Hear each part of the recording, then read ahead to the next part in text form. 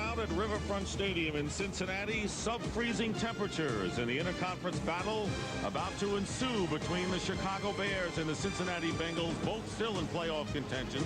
Expect to get to -12 wind chill, maybe even more, with wind gusts to 30 miles an hour. And hello again, everyone. Along with Matt Millen, I'm Dick Stockton. The Bears have lost 4 out of 5. Robert Green, Ryan Wetnight out of action by the offensive unit. Curtis Conway hurt but will play, coming off the worst offensive performance of the year against the Lions. Yeah, you talk about all those people being hurt and if they're going to play or not play, and the defense having problems. You know what really hurt them last week? Their offensive line broke down. And if the Chicago Bears are going to throw the ball and have any chance of running the football at all today, they really have got to regroup on that offensive line, because without protection, they're history. Cincinnati Bengals virtual history at home, 1-5, a poor record here, and they're trying to get to 500. They've won 5 and lost 8, but no question what their biggest asset is on this team. Yeah, simple, 2 words: Jeff Blake. Jeff Blake is really unknown in this National Football League. We're just starting to see what and how good he can be.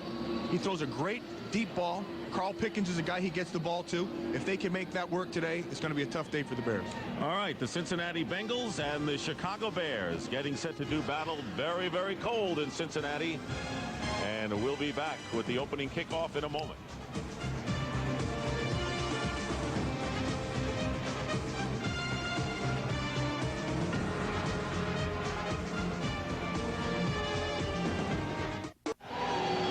Looking at the NFC playoff picture, Dallas, San Francisco, and Green Bay lead their respective divisions. 3 of these 6 will make the playoffs as wild cards, and you can see where Detroit, St. Louis, and Chicago on the outside looking in. Minnesota having won yesterday in a big victory against the Cleveland Browns.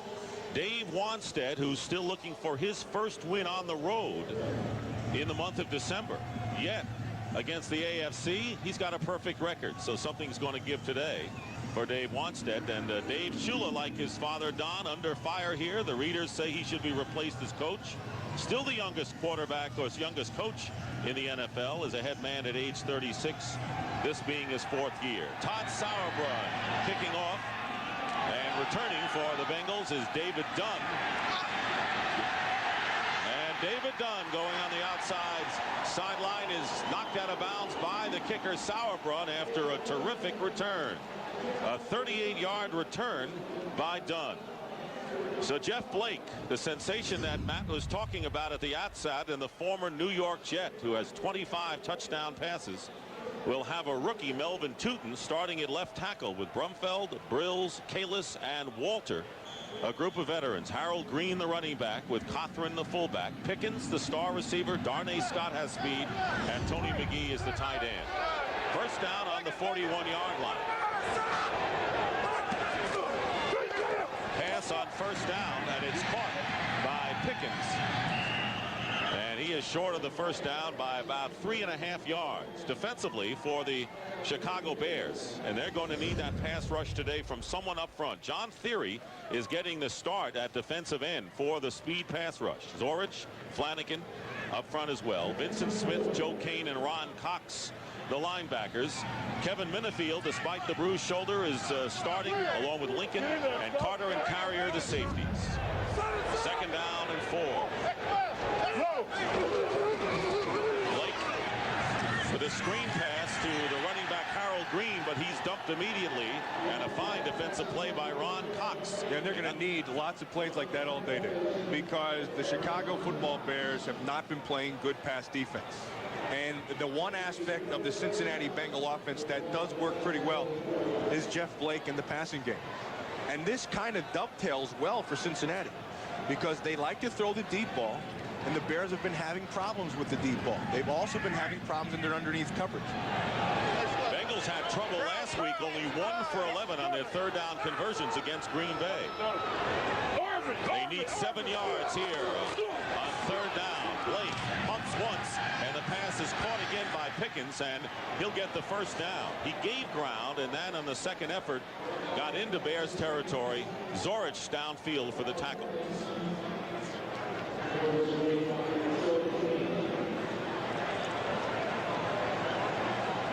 You know, anytime that Jeff Blake is going to get this kind of time to throw the football, Pickens is going to find the opening in that zone.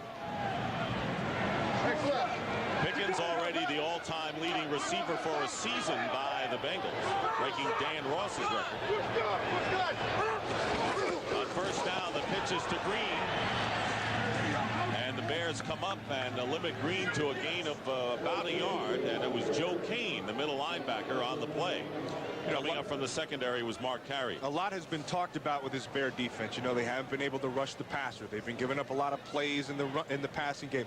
But where they've been relatively solid has been in their rush defense. And I think because of that, you know, that's the one thing they can always go back to. We're going to stop the run. Now we just have to take care of the pass. And so they've been able to get teams one dimension, but they haven't been able to stop that pass dimension. Second down and 9. Here's the screen pass to James Joseph, and Joseph carries it inside the 35-yard line for another Bengal first down. The former Philadelphia Eagle picks up 13. Well, the National Football League is a league of copiers. See what happened. Barry Sanders had a lot of success against screens, as did the Green Bay Packers against the Bears. And so now here in the first 5 plays, what's happened?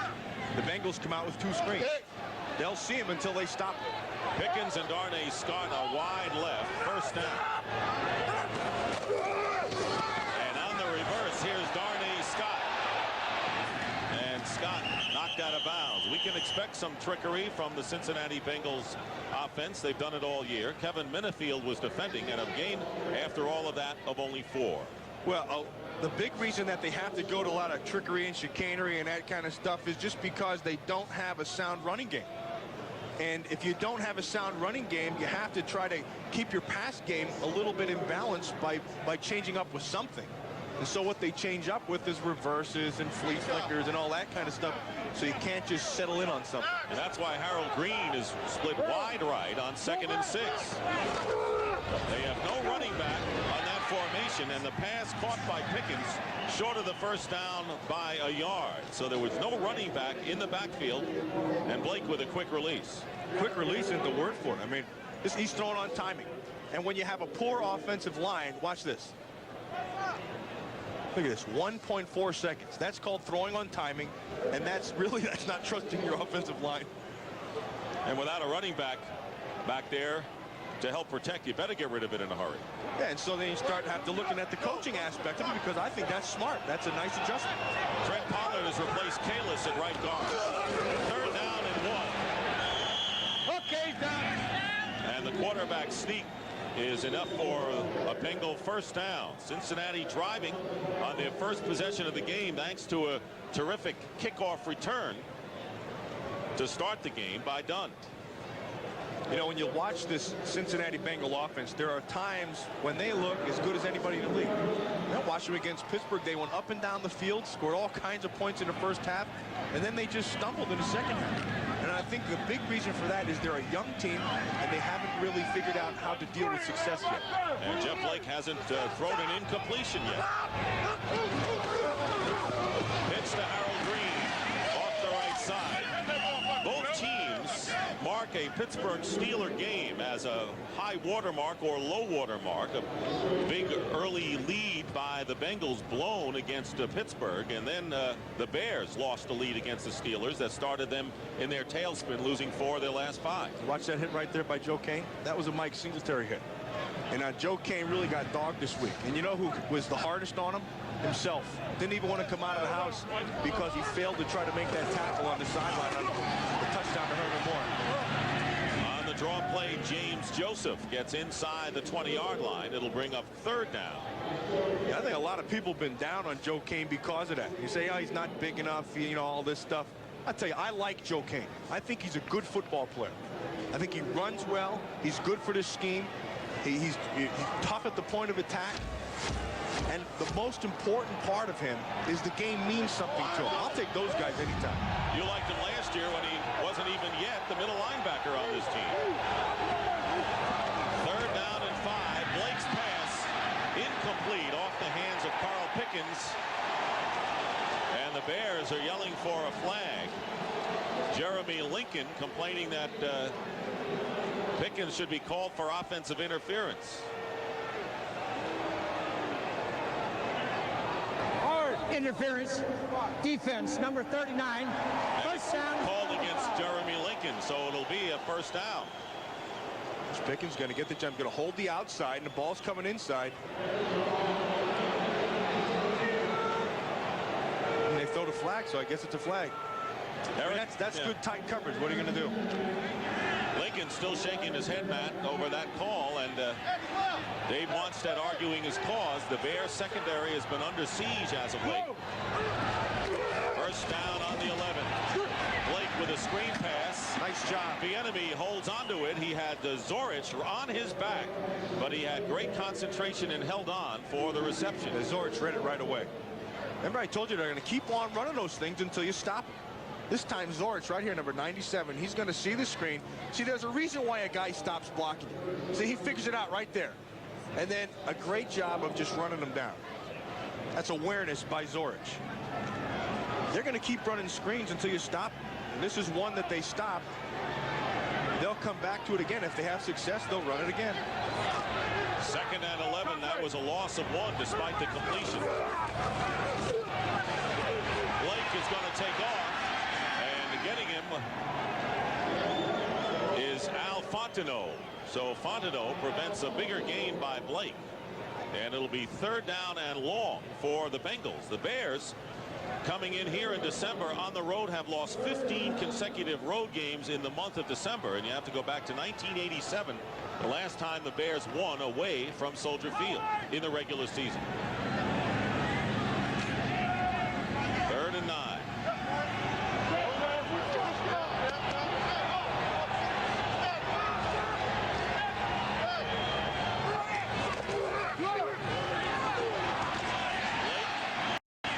The pass to McGee. Now, Carrier knocked it out. Incomplete right away.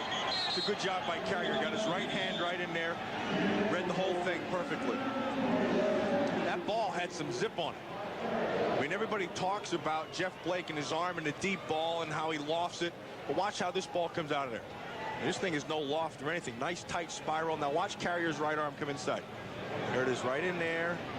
And right there. Oh, he actually dropped it before the arm ever got in there. Should have been caught. Not Blake's fault. 28-yard field goal attempt by Pelfrey with Lee Johnson holding.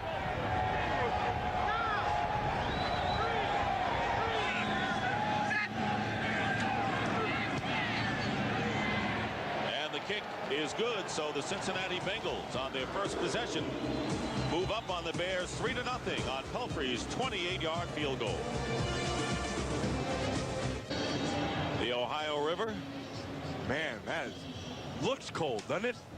And it feels cold today in Cincinnati. They have had a history of some cold days here, haven't they? You took a dip in that thing today. Looks like a hot tub. That was a 14-play scoring drive that used up over 8 minutes, and the Bengals with a 3-0 lead, and the Bears will gladly settle for 3 after being on defense that long. Nate Lewis back deep, and Lee Johnson kicking off for Cincinnati.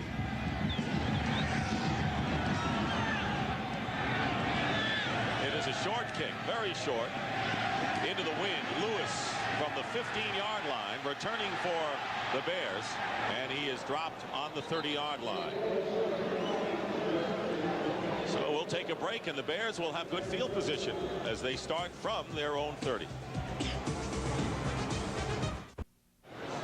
Eric Kramer is still the only NFL quarterback to take every snap this year. Leads the Bears. Heck, Perry, Fontenot, Leuenberg, and Williams up front.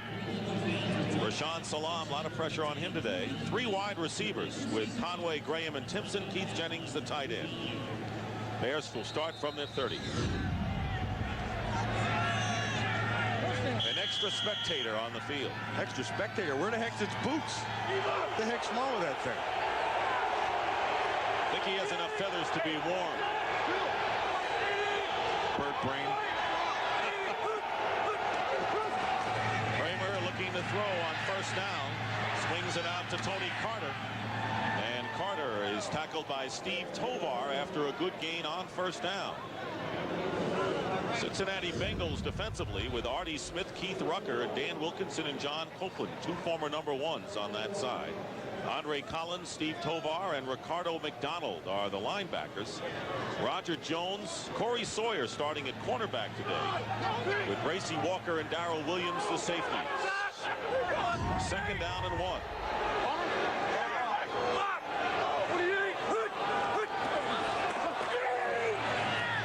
And Kramer's pass tipped, intended for Graham, and incomplete. It was Roger Jones defending. And right now, for a McDonald's game break, let's return to James Brown in our Hollywood studio. Hey, Dick, Scott Mitchell broke Bobby Lane's single-game yardage record on Thanksgiving today. Today, he breaks his single-season touchdown mark, 27th of the season. That one to Herman Moore. Lions on top by a touch. Let's take it back to Dick and Matt. Are the Lions on a roll, Matt? Well, I think they're more like a bagel. They are unbelievable right now. They've never played this good of offense. 3rd down and 1. Following the incompletion. And here is Rashaan Salam bursting up the middle for a 1st down. Last year's Heisman Trophy winner. What they've got to have is a big day out of Salam. They got to have some balance, because right now this Bear offense is out of sync. And they know they can throw the football, but teams are playing them with no run game in mind. They're just playing them for the pass. So you have to have balance out of that running game. And Salam's the #1 pick. He's got to step up. It's time to be a big boy today. Without Robert Green, he will have to step up big time. We'll see some Lewis Tillman as well, perhaps. 1st down on the 43. And Salam bursting up the middle again. And Tovar and Artie Smith on the play. And what the Chicago Bears are going to have to do as an offensive staff is going to have to be patient, because the way the Cincinnati Bengals run this defense, it's like the old Washington Redskins. Larry Peccatello is the defensive coordinator. You can see Tovar is down with an injury. And they take a lot of chances with run blitzes. We'll have a timeout. Steve Tovar walked off on his own power, and Brett Wallerstedt has replaced him, at least for one play, at middle linebacker. Hey, Kajana Carter, the #1 overall pick out of Penn State, great institution. Watching Heisman Trophy winner. Over a year ago, they were both at the Downtown Athletic Club waiting for the same honor. No recruiting today, Matt. 2nd down and 4 for the Bears. And the handoff to Rashaan Salam. Bears game plan, at least in their first possession, to keep it on the ground. It'll be 3rd down and short as they get to midfield. Bracy Walker, the strong safety, making the play. Well, what they're trying to do right now is they're just trying to get the Bengal defense to be able to have to jump up. And that's going to open up the intermediate game with play action and stuff down the field for Kramer when he starts to throw. And Steve Tovar has checked back in the lineup. There he is, number 58, 3rd and 2 for the Bears.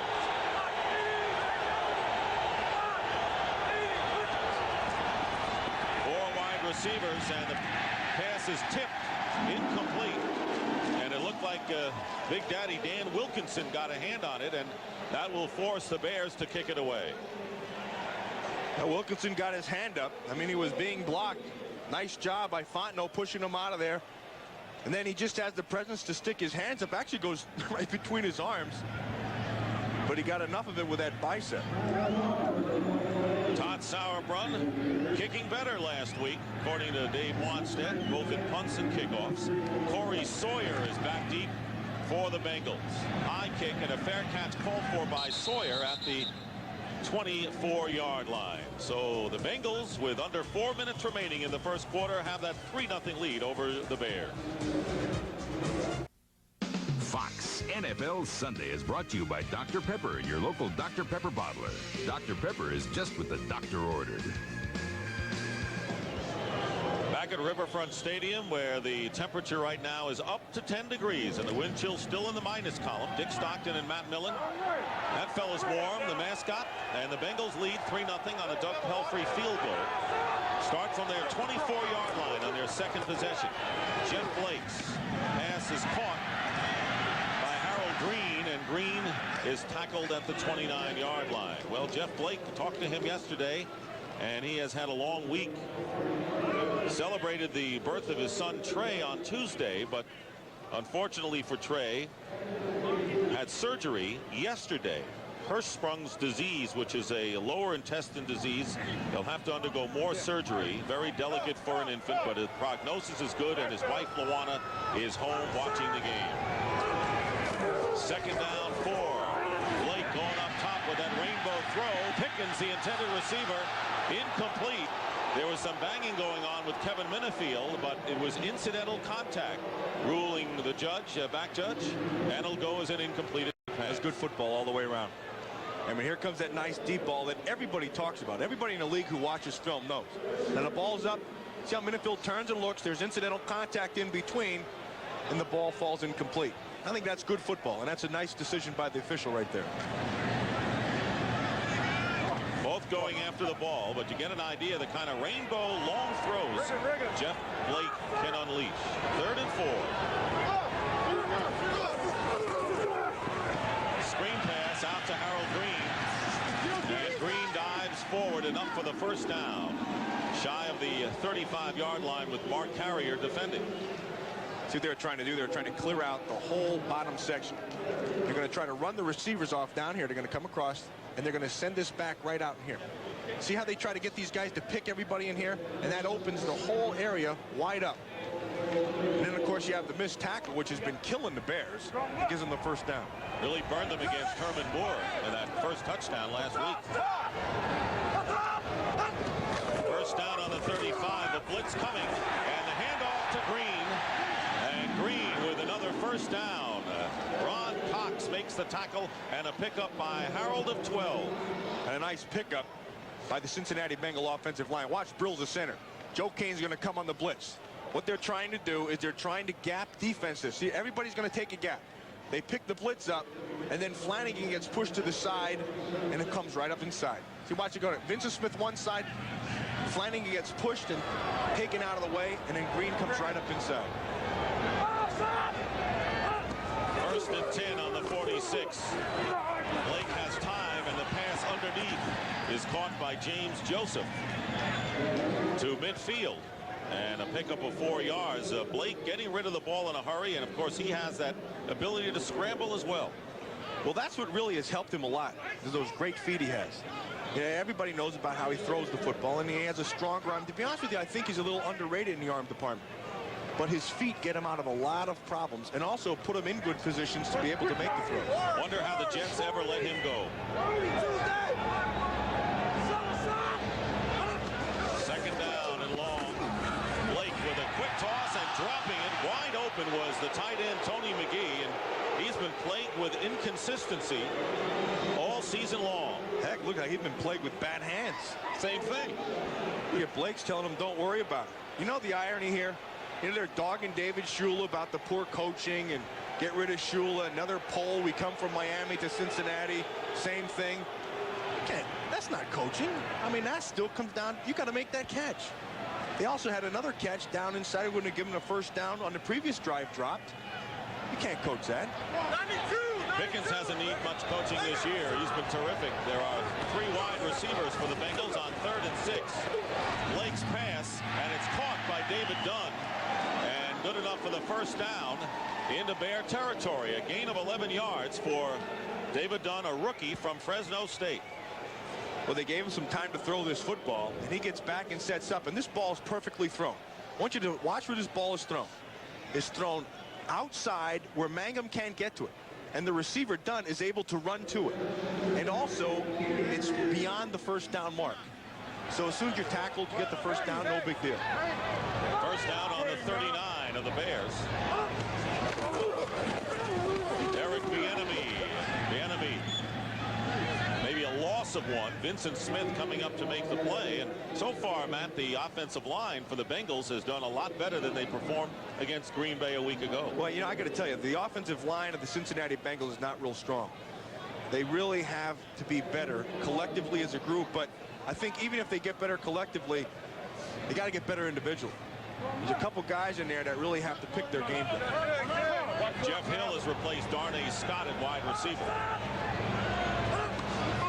2nd 11, draw play, and Bieniemy is hit immediately by Joe Kane. And they caught Flanagan again in a quick move.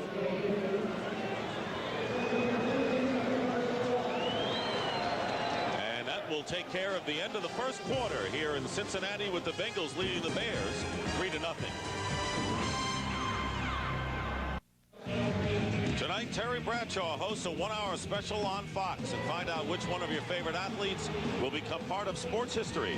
Don't miss the Sports Illustrated Sportsman of the Year Award tonight at 7, 6 Central on Fox.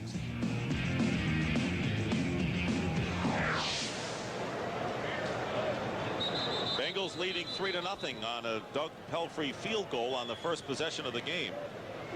And the time of possession, the Bengals 12 minutes, the Bears only 3. The Bears with 6 plays, and the Bengals trying to put another jolt in the Bears' playoff hopes.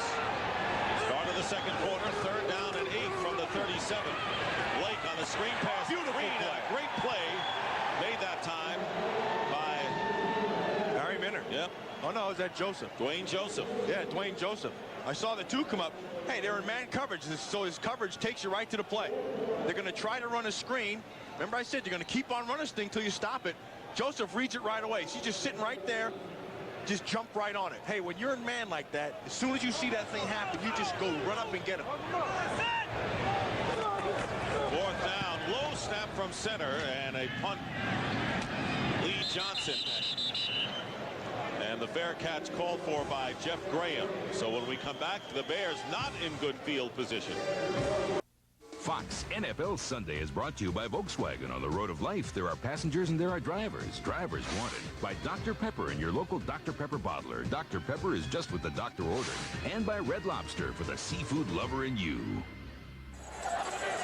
Holiday season is upon us. Santa taking in a Bengal game. He looks warm. He looks pretty good. I mean, he looks like regular old St. Nick. I bet you Santa wears thermal underwear when he comes to the Riverfront Stadium. What do you think? I don't think he needs it with all that extra insulation he is on.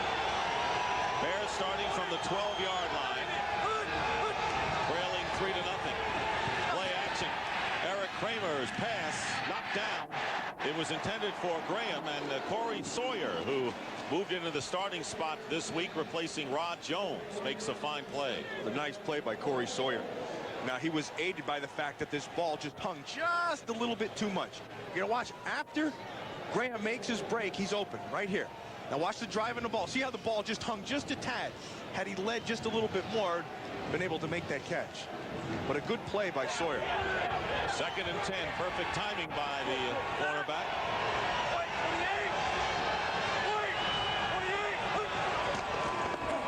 And off up the middle, Rashawn Salam. Boy, Todd Perry had a nice block. They came with a nice little trap inside. Perry came over, boom, nice block, went right up the middle. 8-yard pickup. And watch him right here. He's going to bring that big rear end right over here. Nice collision will end up here, and Salam will blow it right up the middle. Here he comes, 75, right at McDonald. And then another job by Big Cat Williams on Tova. This is what the Bears have to do. They have to be able to get back and pound the football. They can get some balance in the offense. That'll open that pass game. 3rd down and 2. Driving for the first down. Rashawn Salam, and very close to it, John Copeland making the tackle on Salam, and he certainly has shown the power. And he is the leading rusher among first-round draft picks who are running backs. He has gained 21 yards and 5 carries thus far. I think he's still evolving to what he's going to be. They're going to have to measure this when it looks very close. I think what he's not is he's not a breakaway speed guy, but I think he's got more speed than he's shown, because it still looks to me like he's running and thinking, and when he can eliminate all that thought, he can just react. He'll be better. And a straight up running style. Yeah, that's something that's, you either have it or you don't. They got the first down. And so if he's going to want to change his whole running style of using his shoulders and staying lower and all that stuff, that's going to take a really tough, strong effort. Mentioned the Heisman Trophy winner last year, Eddie George of Ohio State, winning the Heisman Trophy yesterday. Yeah, congratulations to Eddie George. I think that's great. I think he had a great year. It was fun to watch. First down on the 22.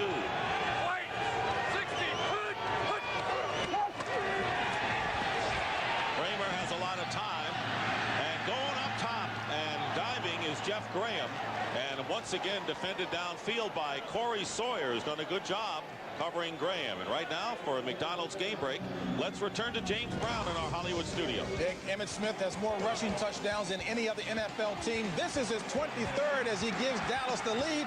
Hey, Dick, I asked Howie, would that have happened to Matt Millen? He says no, Matt wouldn't have been in there. Here's the standings in the NFC East with Dallas, 2-game lead over the Eagles, who would like to chop it to 1. 2nd and 10.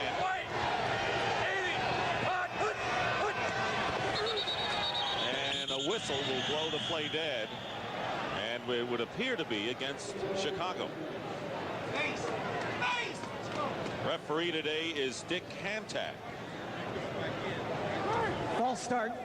Offense prior to the snap, number 85. 5-yard penalty. Repeat the down. Still 2nd down. Keith Jennings. Want to remind you this game's presented by authority of the National Football League and is intended for the private use of our audience. Any rebroadcast or other use of this telecast without the express written consent of the Cincinnati Bengals and the National Football League is prohibited. Early in the 2nd quarter, the Bengals lead the Bears 3-0. Bears with a record of 7-6.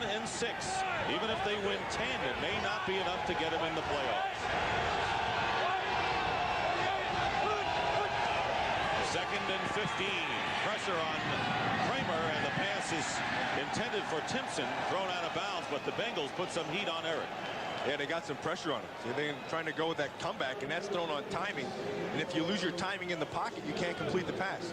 Here comes Wilkerson. He just beats the guard. Now, fullback tries to step up on him. Watch how he goes right by Lewenberg, and then Cardinal step up on him, but because this thing's thrown on timing, if you don't have the timing in the pocket, it's not going to make a bit of difference. Ryan Wetnight, who is out for the year as a tight end. That means more work for Chris Gedney, who's been weakened with ulcerative colitis. He's in there now on 3rd and 15. Let's see if the left side of the Bears line moved.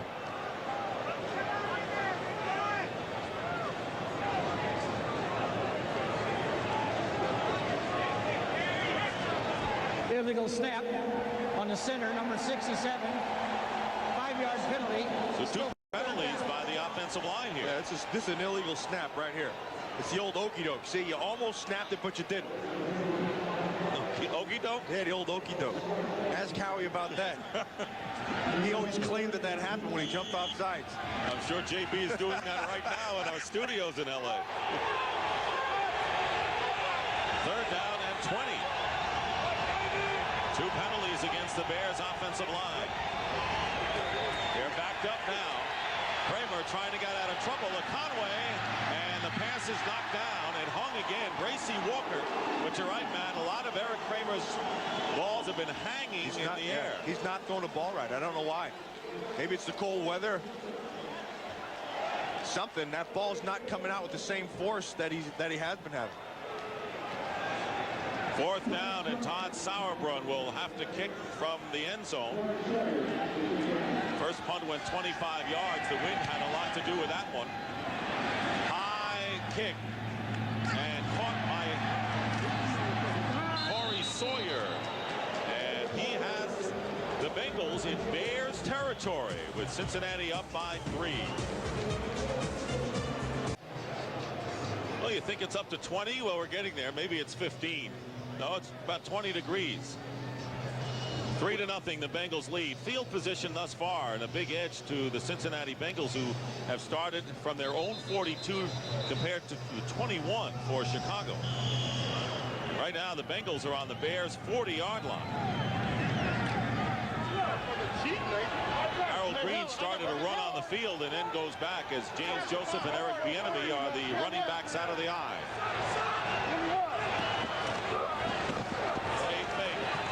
Blake gets rid of it before the sack, and he gets it off, and it's caught by Carl Pickens. Another reception for Carl Pickens, who's caught 77 coming into this game, 12 yards. And a Cincinnati first down. Hey, remember I talked about Jeff Blake's feet? This is where it gets him out of trouble right here. Here comes the pressure. He's got to step up in the pocket by that time. And because he has that time with his feet, he knows he got Carl Pickens out here. Now, actually, this is tight coverage. Watch the break on the ball. The ball's still where it has to be. 4 turnovers for Pickens thus far. From the 28-yard line, the pass up the middle. And it's caught by Pickens again, so he has 5 already, and he gets to the 20-yard line, short of the first down by about a yard. You know, in that formation, when they motion the back out of there, we used to call that ghost. Now, the one run key that's left is the quarterback draw. And then when you do that, you motion everybody out. It opens the middle of your field, because if you're locked in man coverage, or even if you're in zone, you have to spread everything out. Second down and 1. Play fake on 2nd and 1. Blake with a fake, and finally throws it away. Smart play by Jeff Blake. He had no one open downfield, and good pressure from Jim Flanagan.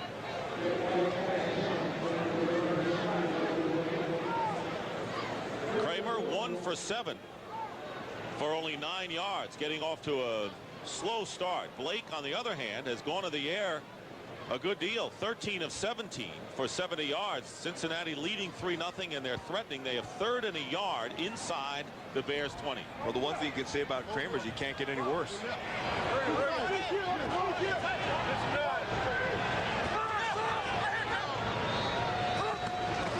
Pressure up the middle on Blake, and it's knocked down by Alonzo Spellman. And that'll bring up 4th and 1, and the decision will be to go for 3. And now Pelfrey does come on the field, so it'll be a field goal attempt on 4th and 1.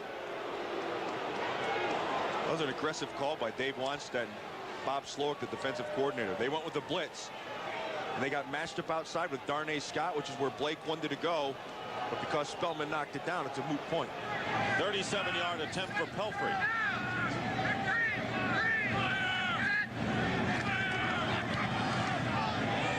Pelfrey's kick is good, and it's 6-0 in favor of the Bengals. So despite dominating time of possession, Cincinnati leads by only 6-0. Next Saturday, a Fox NFL special, and Matt will be down in New Orleans as the Green Bay Packers looking to wrap up the NFC Central, take on the New Orleans Saints. Brett Favre going back to his hometown, Kill, Mississippi, back in Cajun country.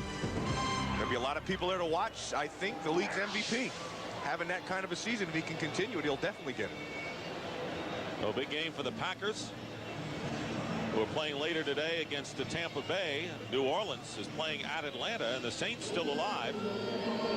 They were starting to put some dirt on Jim Mora's coaching career in New Orleans, but he's been red hot as of late, and the Saints are playing solid football. And because Jim Mora is a good, solid football coach, he's one of my favorites in the league. First 2 possessions for the Bears have resulted in punts, and now they'll get a chance as Johnson will be kicking off for the Bengals. They have had to settle for 2 field goals. Nate Lewis and Michael Timpson are back deep for the Bears. End over end kick.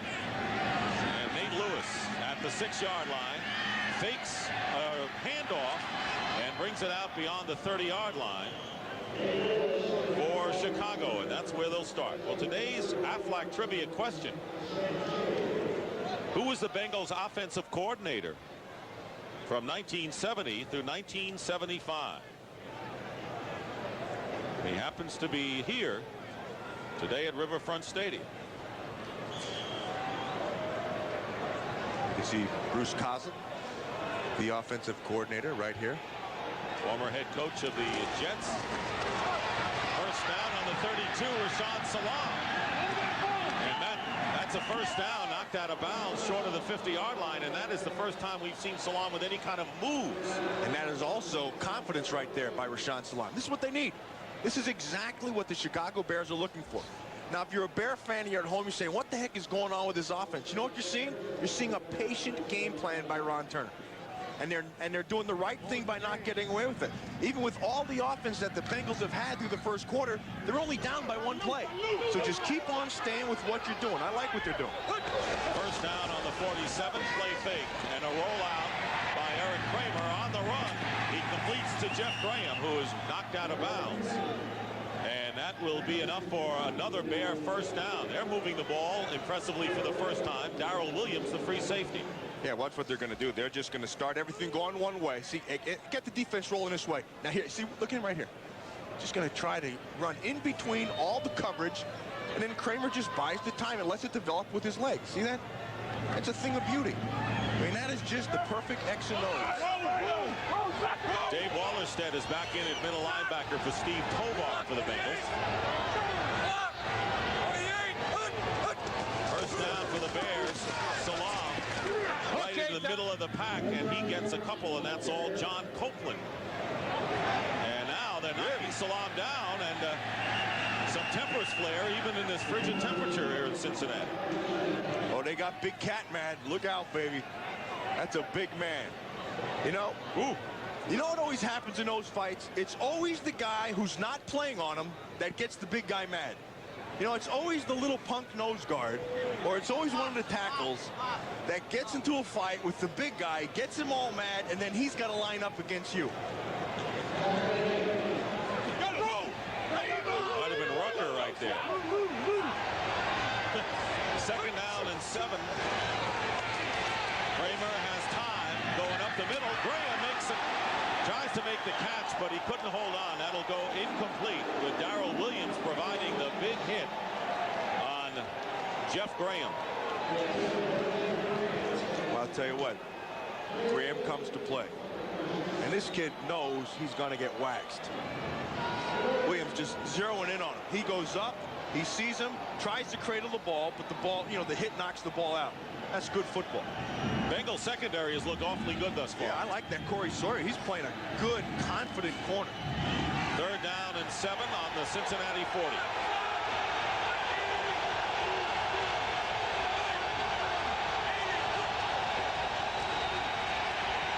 Kramer swings it out to Carter, and he's not going anywhere. And again, Roger Jones and the Cincinnati secondary not missing tackles. And no gain on the play will bring up 4th down, and it looks as if the Bears are going to have to punt it away. They can't try a field goal too far away, and Sauerbrunn comes on in. The ball came out a little bit too late. He was looking down the field. They were trying to clear it out, but I think that's where they miss Robert Green and his magic.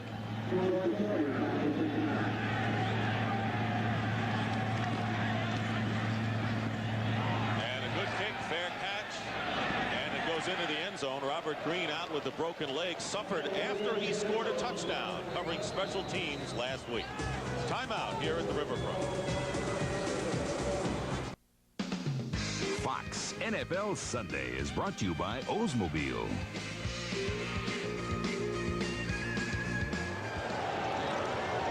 Aflac trivia question again. Who was the Bengals offensive coordinator from 1970 to 75?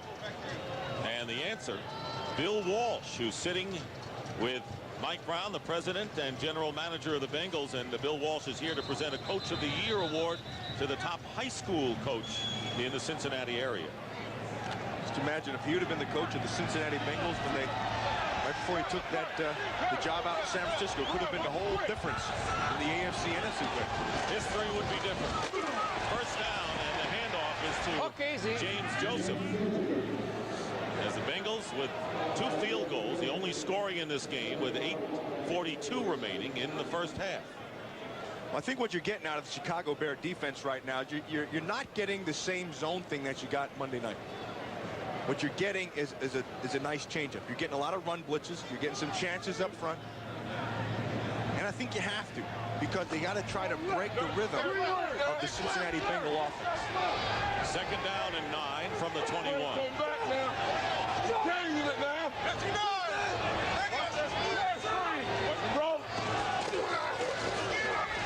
a pass to Pickens.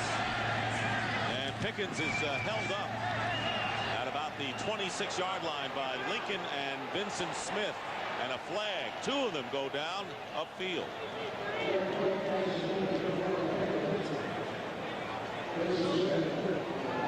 Carl Pickens, who last week caught his 16th touchdown of the year, leads the NFL in that department, has caught 6 for 45 yards. and is having a terrific year and a great combination with Blake to Pickens all season long. Well, yesterday we were talking to Carl Pickens. Personal foul. Offense, number 28.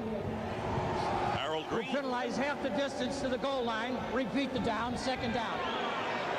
Personal foul on Harold Green, the running back, of all people. I was talking yesterday to Carl Pickens.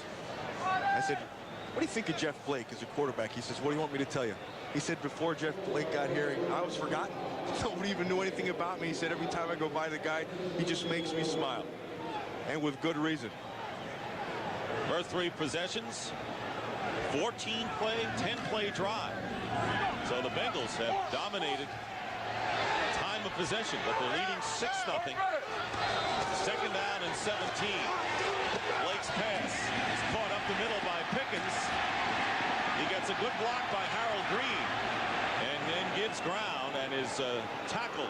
Mark Carrier makes the play. And tell you, Blake is finding his man Pickens today. Well, here's the reason why. I don't even have to tell you. Look at this. Just step up, take your time, find the open receiver. It's time to throw. Then now they're playing the zone back there. Throw underneath. This is what bothers me about it. Get all the missed tackles. There's 1. There's 2. Here comes 3 guys. They're over pursuit. Finally carries, and Smith is the guy who gets him down. I mean, there's 6 guys who have a shot. One of them gets him. On 3rd and 4, Blake's pass is caught by Darnay Scott, who gets a few extra yards down the sideline and gets close to midfield. And a first down for the Bengals. Mark Carrier making the tackle. I'll tell you, Blake is causing a lot of problems for the Chicago Bears defense. That good for 19 yards. You know who's causing a lot of Bears problems? Their corners. You know why? I think they're the worst tackling corners I think I've ever seen. And I think that comes down to confidence. And I think they're shaking right now. I think they're playing scared. It looks to me like the Chicago Bear defense is waiting for something bad to happen. There they are, Minifield and Lincoln. First down. Blake looks like he wants to go deep. It's tipped. And I'll tell you, that time the Bears secondary did a good job. Minifield on Darnay Scott. Alonzo Spellman, however, got his hands on that pass. You know, the thing is, it's not like these corners aren't going to cover. And you can see right here, he's just going to try to bloop it over the top, but Theory gets his hands up and knocks it down. The corners, time and time again, you know, they'll have their coverage. Minifield will have coverage. Lincoln will have coverage. It just comes to, when it comes time to make a play, for some reason they're not making the play. Second down and 10. Okay. Harold Green for a couple, and that'll bring up 3rd down and long for the Bengals. You mentioned only managed 2 field goals, no touchdowns yet in this game, but the Bears offense have not had their hands on the ball much. I'll tell you, if I'm the Cincinnati Bengals right now, and I've been moving the ball as many times as I've been having and touched it, I got to be disappointed with 6 points. 3rd down and 8. 3 wide receivers for Cincinnati. Blake with a world of time and overthrows the intended receiver David Dunn, and that will bring up 4th down. So the Bears finally hold, and Lee Johnson will have to kick. Yeah, but a nice job by the O-line, or a poor job by the defensive line. This time they're going to run rush 3 guys, so you're going to have a lot of time to throw the football. They had 4 seconds to throw that thing, but they flooded everything behind him in the zone, and he wasn't able to find the opening. Lee Johnson in to kick it away. That's Jeff Graham deep. End over end, and a fair catch called for by Graham at the 21-yard line. This Friday on the X-Files, a child could bring peace to the planet or unleash hell on Earth. Judgment Day is here on a brand new X-Files, Friday at 9, 8 Central, right here on Fox. 5:38 remaining in the first half. Dick Stockton and Matt Millen, the Cincinnati Bengals, who are 5-8 on the year, and for them 8-8 would be a big accomplishment. Bears, however, have other ideas, trying to get something going offensively from their 22. And the handoff to Rashawn Salam. He's looked good thus far, going up the middle, and a gain of about 7. The last time we watched the Chicago Bear football team, they didn't get Curtis Conway involved. It was against the Detroit Lions in that first game.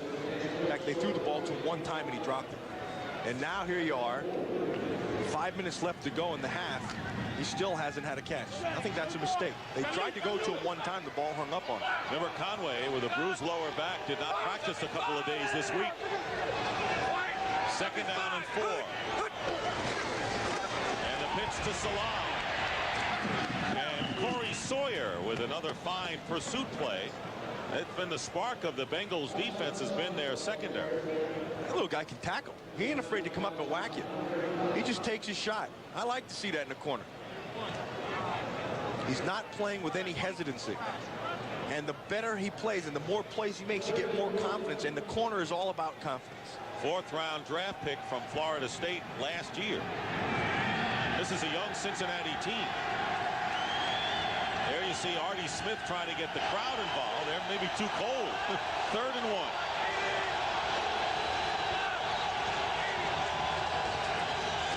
Play fake. Kramer has it knocked down. And that was John Copeland. And no one seemingly picked up Copeland as he came in on Eric Kramer.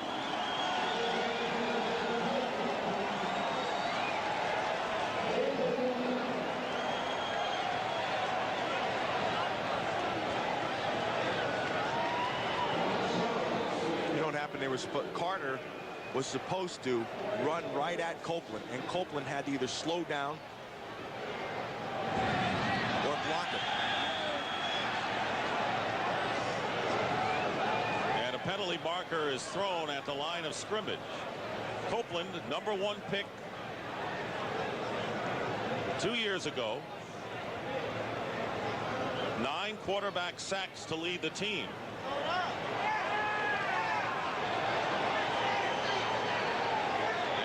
The Bears are signaling that the penalty is against the Bengals and the offensive unit coming on. Neutral zone violation against the defense. 5-yard penalty. The penalty will be a first down. Real costly penalty against the Cincinnati Bengals, who had the Bears punting again. But they lined up in the neutral zone, and so now the Bears continue on offense with a first down at the 36-yard line. See, that's the neutral zone infraction. Now, once he jumps inside here and you make the offensive guy move, it's not on this team, it's on this team. And that gives him the first down. And the Bengals want a timeout. And that's the first timeout of the first half.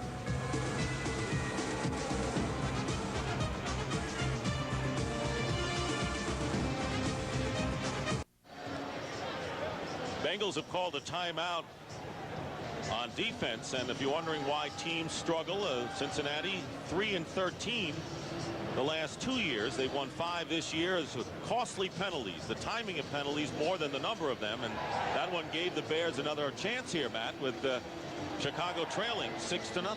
Yeah, usually that's a sign of a young team and immaturity. Jeff Blake with 108 passing yards, and Eric Kramer unable to unleash his passing attack. Came into the game, did Kramer, with 26 touchdown passes. Second to Brett Favre's 31.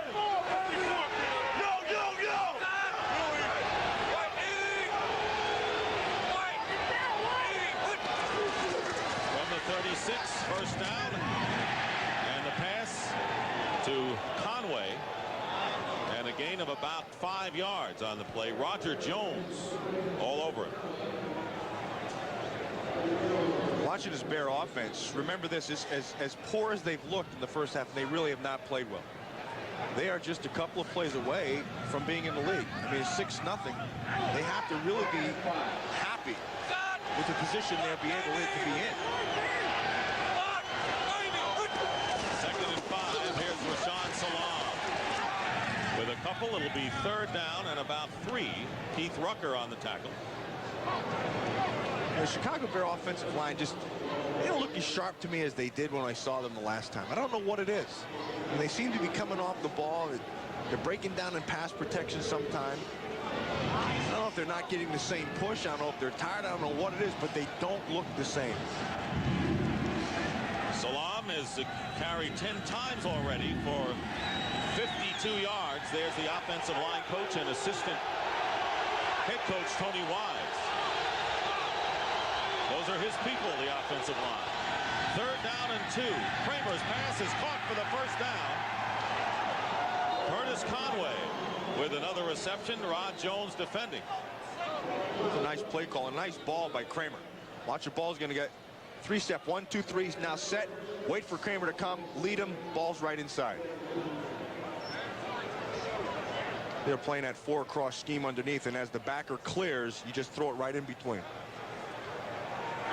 Conway with 12 touchdown catches, caught 2 last week against the Lions.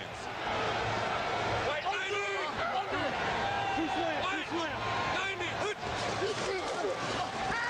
action on the 39-yard line. Eric Kramer wisely slides before he gets hit.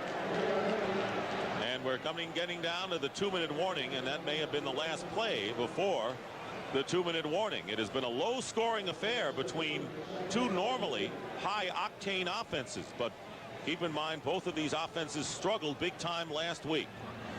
Chris Zorich doesn't seem to mind the cold, and a 2-minute warning here in Cincinnati with the Bengals leading 6-0. We've got a Fox NFL doubleheader next Sunday. Tampa Bay Buccaneers against the Chicago Bears in the early game. Some of you will see the other contests. And then in game 2 of our doubleheader, the New York Giants travel to Texas Stadium to go against the Dallas Cowboys, who are battling the Philadelphia Eagles today. That's next Sunday on Fox. 2 minutes remaining in the first half here at Riverfront Stadium in Cincinnati. The Bengals, who have won only 1 game at home all year, lead the Chicago Bears 6-0. Eric Kramer, 5 of 13, has a 2nd and 10 on the Bengals 39.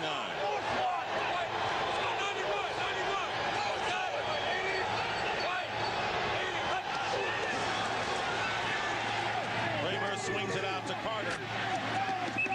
Carter drives Corey Sawyer back a couple of yards, and near our audio man on the sideline. Well, Corey Sawyer didn't mind, though. He went up. He knew Tony Carter was going to drill him, but he didn't mind. He went up and just took the hit. Make sure he makes the tackle. Hey, run me over. Don't matter. That fella took a hit. It's known as a parab. Hey, well, see, here comes Tony Carter. There goes Sawyer, and there comes our parab. That's where you get all that great sound from the field. 3rd down and 4.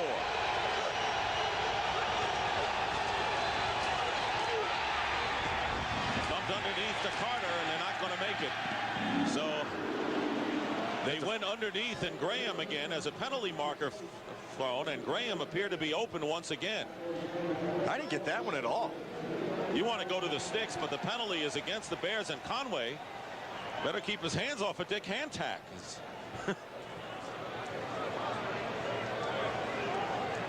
You wonder why they don't go to the sticks there. They need 4 yards, and they went underneath to Carter.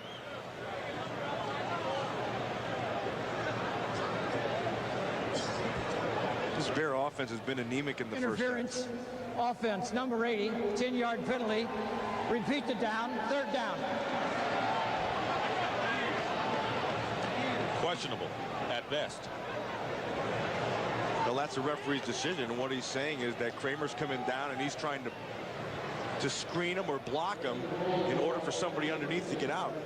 On the other hand, you have to look at Sawyer trying to get a jam down the field. So if you call a jam, I mean, if you call the hit on the defensive guy, it's a hit late down the field. It'll be 3rd down and long.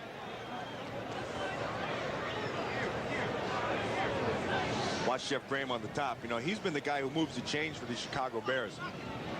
This time he knows he had a chance to make the first down. I think he's getting a little frustrated. It was 3rd and 4, and they had the penalty. So now, as a result of that, it'll be 3rd and 14. You know what I never understood? I never understood when you got 3rd and 4, 3rd and 3, and you're on a 2 or a 3 yard pattern. It drives me nuts. Make sure you have the first down. So when you catch the ball, if you get hit, it's a first. Bill Walsh always did that. 3rd and 14 back on the 43.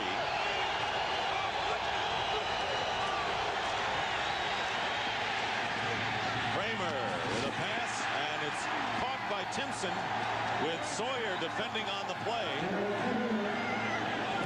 And that's going to move the the sticks. And that's the way it's supposed to be done. That's a great job by Timpson. You drive the guy off the ball, you got 14 yards, you take him to 17, come back to 15, you got the first down. First down and 10. With 1:18 remaining in the half, Kramer's pass is caught up the middle to Chris Gedney, who has not had a chance to play much because of that colitis, which has weakened him considerably. But the Bears are moving, and now with a hurry-up offense. Got another first down with a minute to go.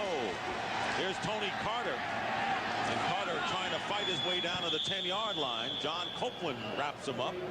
And the Bears are going to call a timeout. That's their first timeout of the first half. Now remember, when you have the 3rd and 14, you have to be able to go 17 yards. So you have to have time to throw the football. This time the offensive line does a good job. It allows Kramer to take that step and get this ball out. Now watch how Timpson comes back to the ball. Make sure he cradles the catch and gets the big first down. And that foiled the Bengals' attempt to make the Bears go long yardage on 3rd down. Remember, they had 3rd and 4, took the offensive interference penalty, and then they connected on the long 3rd down play. So it'll be 2nd down and 7. I would agree with that call because of the way the Bears offense had been looking to that point. You'd think they're not going to make the first down. These two are assistant coaches on the Cowboys staff at 89 and 90. Ball is on the 11-yard line, 2nd and 7.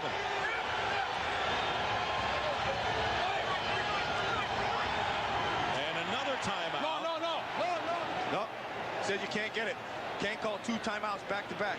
So now the clock was down to 3 seconds. And now the Bengals are claiming that if you can't call it, it should be a delay of game penalty against the Bears. Well, that's what they're going to get. Delay of the game. Offense. 5 yards, still 2nd down. When a team is out, they may not take a second timeout successively. Delay, 5 yards, offense. No back-to-back timeouts, 5-yard penalty. Want to know something? I actually like what Kramer did right there. All right, we'll take the 5 yards. We'll give ourselves a little bit of room, and we'll play it again.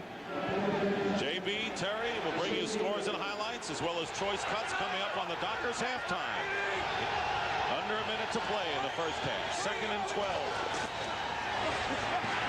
Kramer's pass caught by Graham out of bounds and stops the clock with 49 seconds remaining. As Matt has said, the Bears just one play away of taking the lead in this game. It's been 2 field goals by Pelfrey and the Bengals, who have dominated the offense thus far. And that's not enough for Jeff Graham. And it's not enough also for Conway. They've got to be able to get their hands into the people who make plays.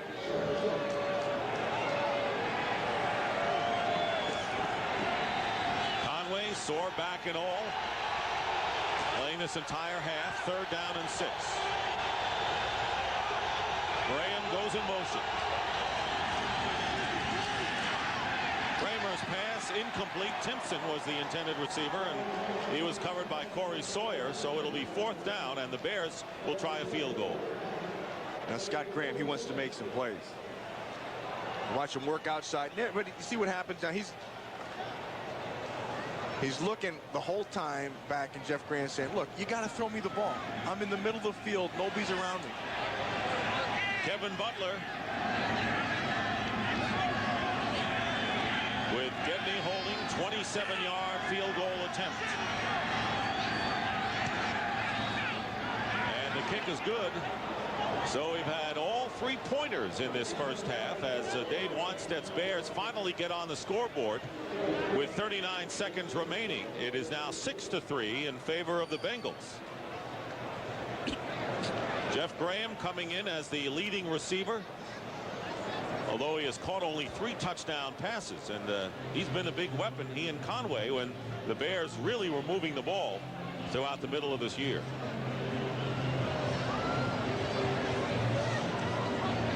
Well, the Bengals 5-8 still have a chance to get to 500 if they win the rest of their games. Nonetheless, newspaper poll, they asked the readers what they felt. They said, well, let's get a new coach. Readers want the Bengals to dump Shula. Last week, Matt, we were in Miami. 79% said that Dave's father, Don, should go. So the Shula family certainly under fire. Everyone but Mike Shula, the assistant coach of the Bears. No one's bothering him. Dave Shula feels that the Bengals have gained progress, and there's Mike Shula.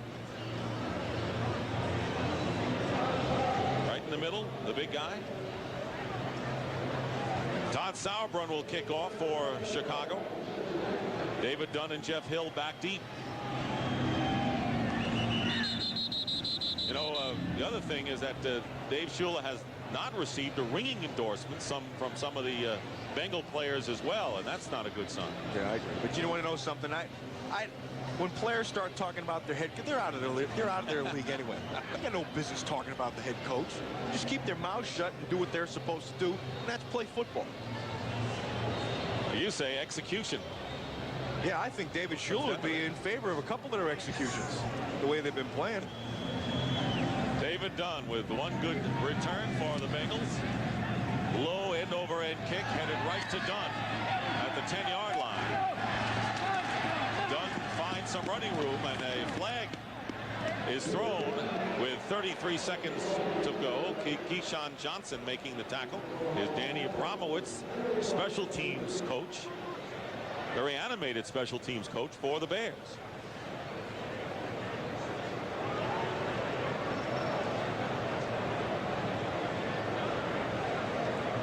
I think Danny Abramowitz is a good football coach. He just happens to be doing special teams right now.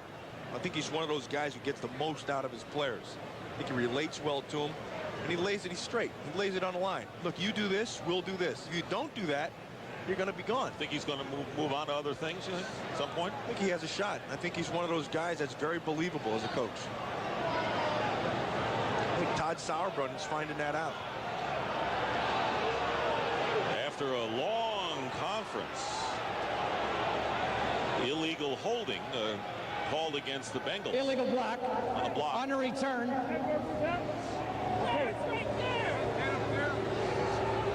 10-yard penalty, first down. Tell you what this cold has done. The official who threw the flag threw it up in the air, and it landed right in his hand. And then he had to throw it again on the ground. So this cold can do things to people. Heck, that thing took so long they forgot who the penalty was on. Here's Jeff Blake with 33 seconds to go, and he'll be starting from the 16-yard line. Those are his numbers so far, and the Bengals still with 2 timeouts remaining, as do the Bears. 6-3 in favor of the Bengals. Blake has Eric Bieniemy out of the backfield. Bieniemy makes the stop. I tell you, he knocked Dwayne Joseph back to about 3 yards and a fumble. We have not gotten the official ruling. Well, there's an official pointing down, and when he's pointing to the ground, he's saying the ball is there. Well, the ball's blown dead. Clock stops with 17 seconds remaining in the first half.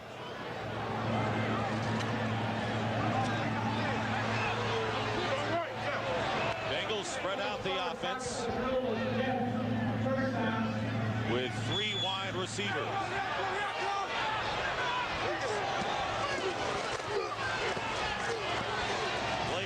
Dumps it off again to Eric Bieniemy, and the former Charger gets the first down after the catch and run to the 42-yard line, but the time is beginning to run out, and timeout called with 4 seconds remaining.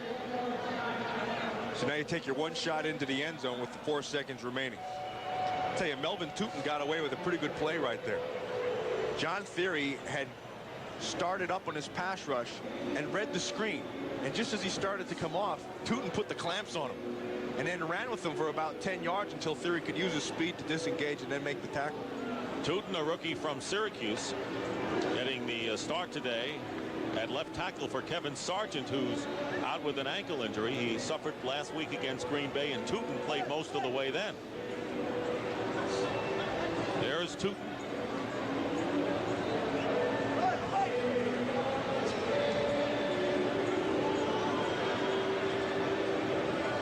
Dave Wanstead seemed to be in a very jovial mood, considering his team's plight last night when we talked to the Bears.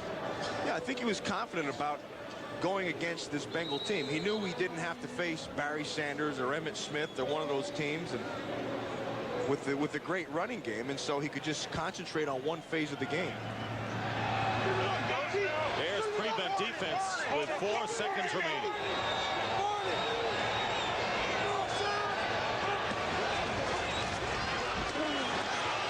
Blake going deep for Pickens, and that'll do it for the first half as the ball drops incomplete. So we'll have the Dockers halftime coming up from our studios in Los Angeles. At halftime, the Bengals lead the Bears by a score of 6-3. Dockers Halftime is brought to you by Dockers Khakis, proud makers of nice pants. All right, and welcome to the Dockers Halftime, along with play-by-play Terry Bradshaw. I'm James Brown. Let's get him caught up. Emmitt Smith looking like Hannibal Lecter, and he goes out and mauls him, Terry. He does. He eats up a lot of yardage on this one, JB. As it goes around the left side. Emmitt's 23rd touchdown rushing on the year, just one shy of tying the NFL record set by John Riggins of 24. Cowboys up by 7. Ball tipped by Darren, by the strong safety with him. There it is, picked off Larry Brown, 65-yard. Return for a touchdown. Cowboys plus a Bonio field goal. Cowboys 17-6 at the half. Smith 98 yards in the first half. Steve Young and the Niners not about to let Carolina do it again. Steve Young with over 200 yards passing into the first half. Derek Lavelle, 4-yard touchdown out of the backfield. 49ers up by 7. Pump left. Safety gets out of position. Turn around. J.J. Stokes, where are you? End zone. 20-yard touchdown reception. 49ers all over Carolina. 21-3. Other scores, Chicago continuing to struggle on the road as they've done in December and January since '87, 16 straight losses.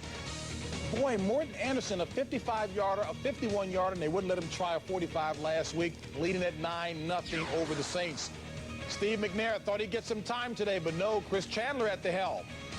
Chris Chandler, yes, but Scott Mitchell, Herman Moore, touchdown reception, number 13 on the year for Moore, number 27 for Mitchell, breaking Bobby Lane's club record of 26. Now Chandler back, had mononucleosis, got out of the bedroom, out of the hospital room, finds Jeffries, ties a game, but back comes Barry Sanders, touchdown run, going over to the right side, a 9-yard gallop. Barry Sanders, only the 10th player in NFL history, JB, to rush for over 10,000 yards. That is a sort of bedroom. Detroit looking for its 5th win in a row. Bills leading it by 11 late in the second. The Colts leading Jacksonville comfortably at halftime. And New England looking for its first sweep since 1988 over the Jets at 7. Terry is great in the kitchen. We'll show you his choice cuts when we come back.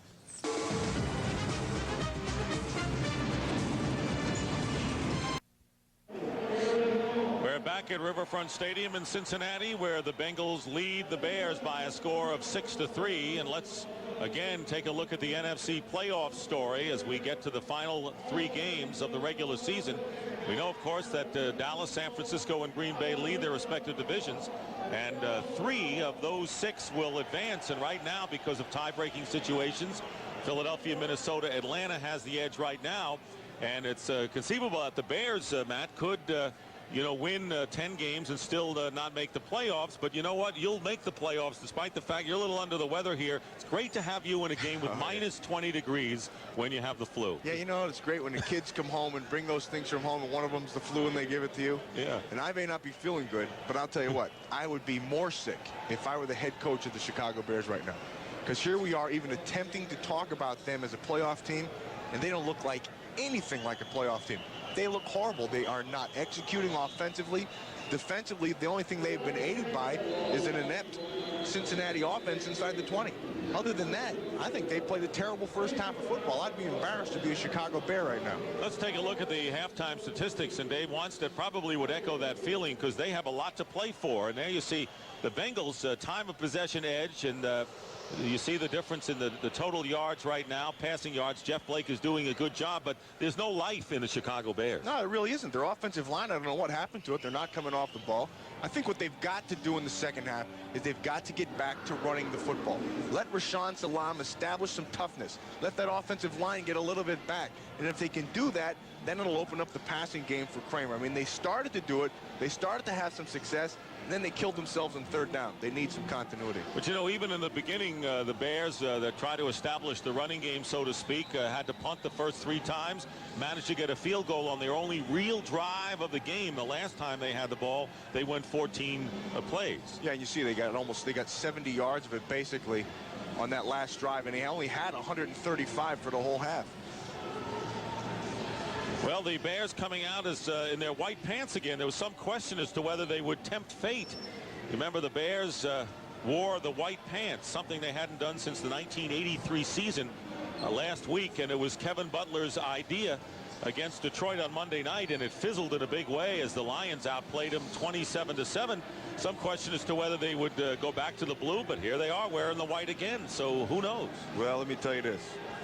If they're down to saying what pair of pants we got to wear to win a football game, then I think they got some serious problems. The Bengals said, you know what, we're going to wear these hats and we're going to win. If you can wear the white pants, we'll wear the striped hats. Well, the guys in the stripes, the Tiger stripes, lead the Bear stripes right now by a score of 6-3. Nate Lewis is back deep, and Lee Johnson will kick off. The wind blew the ball off of the tee in his first attempt. Sellout crowd, but not all the seats are filled here, where the temperatures under 0 with the wind chill. So Johnson kicking off to start the second half. Lewis coming over on the 5-yard line. Nate Lewis, and he doesn't bring it up to the 15, and it was great hustle that time by Adrian Hardy. Terrific special teams tackle for Cincinnati. He really closed in that one, didn't he? It looked like Nate Lewis was going to have a lane to run, and then, man, Adrian Hardy just filled that thing quick. Eric Kramer, 9 for 18 for 82 yards. And last week in the loss set the Bears record for most passing yards of 3,217. But it has not been an offensive game by any stretch. First down from the 13-yard line. Play action fake, and Corey Sawyer chasing Eric Kramer and finally catches up to him. That fella has played a terrific game for Cincinnati, and a loss of 2. That's a heck of a play. Corey Sawyer came right off the corner. You're going to watch him. He's lined up outside. Boom, here he comes. They're going to go with the play action, come all the way around. And then he just runs it right down. See, they came off the corner blitz. Now here he comes. Here's what he's looking for. Nice coverage down here, and that allows for Sawyer to make the play from behind. Second sack by the Bengals.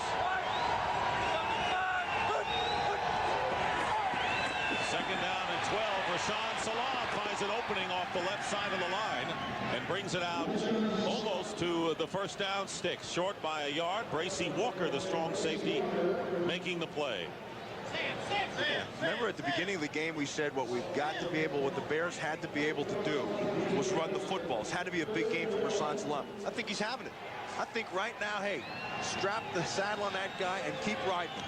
And this is when you have to have third and short. They have to be able to convert. They need a yard.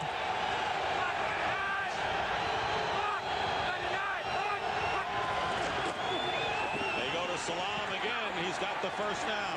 Rashaan Salaam, #1 draft pick, who gained only 3 yards on 7 carries last week, but coming up strong so far today, has 65 yards and 12 carries for the Bears. They've got a first down.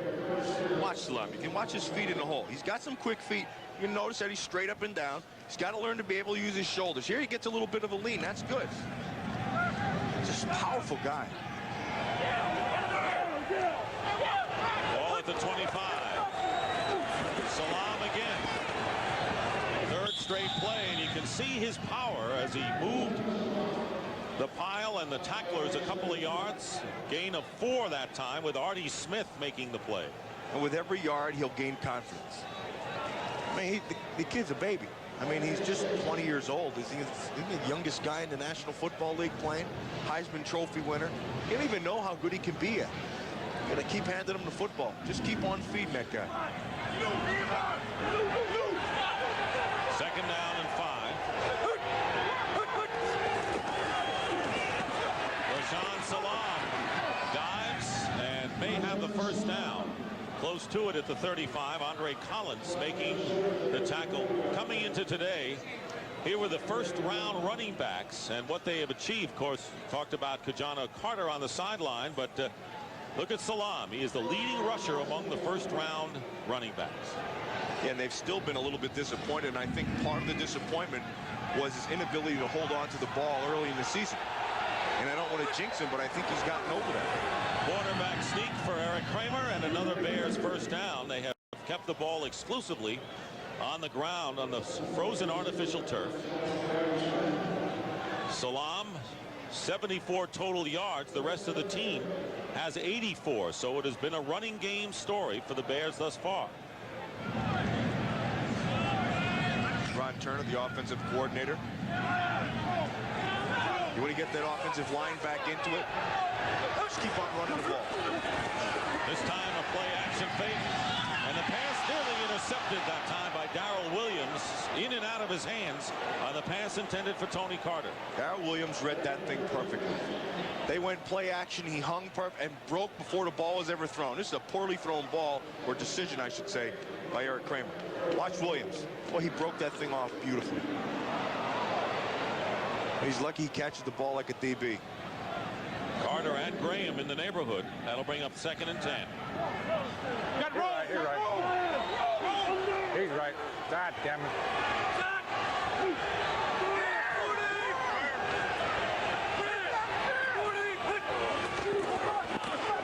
Salam, nothing doing this time. As the Bengals closed, no gain, and that'll be 3rd down and 10. John Copeland, who's had a fine game. Keith Rucker also in on the play. I like that Copeland. I think he's a good football player. But the more I watch him, the more I like him. He does a lot of good things. He needs time also. He's got nice size to him. He's got nice movement, and he's got a nice burst and power. 3rd and 10, 3 wide receivers. 4, 3 to the right side. Kramer's screen pass. Tony Carter. And Carter will be shy of the first down by about 3.5, maybe 4 yards. Andre Collins, the former Washington Redskins, who followed his linebacker coach Larry Peccatello, who was also your coach at Washington, to Cincinnati, makes the play. Now what he can do is run. And that's what this Cincinnati Bengal defense has been doing. And they've been getting to the football. Todd Sauerbrunn kicking to Corey Sawyer. Sending Sawyer back. And Sawyer is dropped. And a fine play by Myron Baker. Good special teams play by Baker of the Bears. Fox NFL Sunday is brought to you by Lexus Luxury Automobiles, the result of a relentless pursuit of perfection. By EA Sports, makers of NHL 96. If it's in the game, it's in the game. And by DirecTV, it's personalized TV. After his near-death experience, Danny and Brinkley came back with the power to predict the future and to change it. Eric Roberts stars in a world premiere movie based on actual events, Saved by the Light, on the Fox Tuesday night movie. Cold day in Cincinnati. Steve Tovar has a sprained knee. He is finished for the day. Middle linebacker. And Jeff Blake hopes to have a lot more the rest of this day. Has completed 18 of 26 for 135 yards, 7 of those passes to Carl Pickens. And the Bengals will start from the 24-yard line. 6-3 Cincinnati in a battle of field goal kickers. Now in the first half, the Chicago Bears were playing the Cincinnati Bengals to let them get plays and make the plays, make the tackle. They missed a few. They got a couple extra yards, but the Bengals just weren't good enough to be able to convert down in the red zone.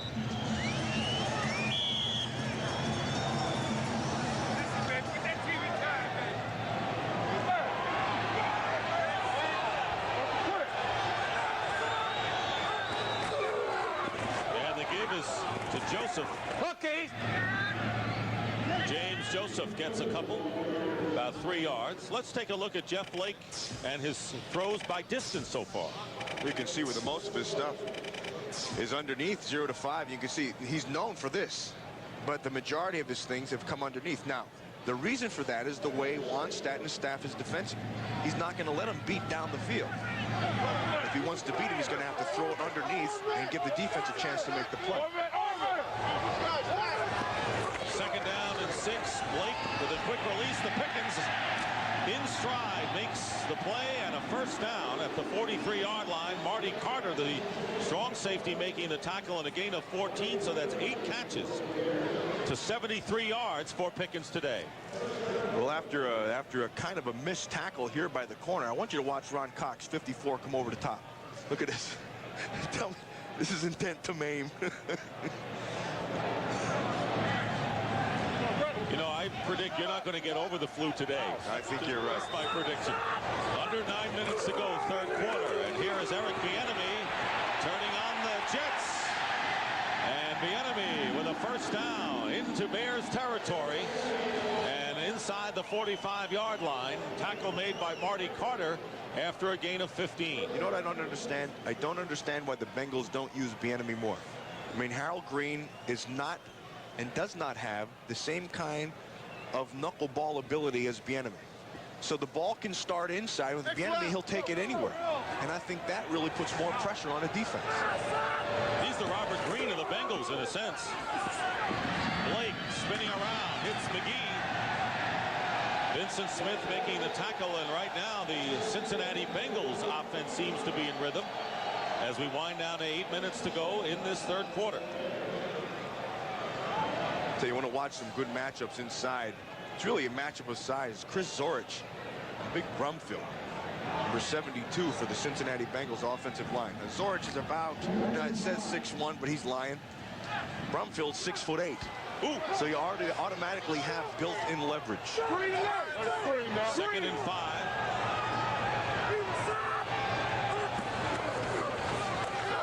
Blake's pass. Darnay Scott. First down, Cincinnati to the 30-yard line. There is that big size advantage that Brumfield has. You see, 6'8", 320, and Zorich, you know, on his tippy toes at 6'1", 280. You know, this is what happens. You have automatics. He tries to get the headbutt, but if Brumfield ever stands straight up, you know, Chris is right under him. But what Zorich did right there was wrong. So you got to get lower than. You can't let a guy 7 inches taller, 8 inches taller be lower than you. It's a mistake. First down on the 30. Harold Green in the game after a delay. Show you what Joe happens. Kane makes the stop. Yeah, when you are 6'1", you can handle a guy who's much bigger than you. Man, I did it all the time, but you have to be able to stay under him. Look what happened. You see where Chris Zorich was right there? Way too high. And this is what happens when you get high. It's all a battle of leverage. If you're going to let a guy 6'8" get under you, something's wrong. Second down and 6. Here's Green as a receiver. And hanging on is Ron Cox. Didn't want to let go of Harold Green that time and limits him to a gain of 1 there at the 25-yard line. And slowly getting up is Ron Cox. And we'll have an injury timeout. It'll be third down and 5 for the Bengals, and Cox is shaken up. Blake goes to the sidelines, and we'll return to Riverfront Stadium in just a moment. You're going to play a guy that much bigger than you. The one advantage that you do have is your ability to move. So you got to make the offensive lineman move his feet. This time here, you know, Zorich tries to spin back. He doesn't get there, but then he's able to run to the football. And that's what he does. He's an effort guy. Blake is 4 for 4 on the drive. Third down and 5 from the 25 of the Bears. Penalty flags fly. And it appears to be a false start against the Bengals. False start. Offense, number 61, prior to the snap. 5-yard penalty, still third down. The rookie Melvin Tootin, but by and large, Matt, the Bengals offensive line that gave Blake no help at all against the Packers really has done a good job. They've kept the Bears away from him. No sacks yet and no real pressures. I agree with you. I think they're doing a real good job. Third down and 10.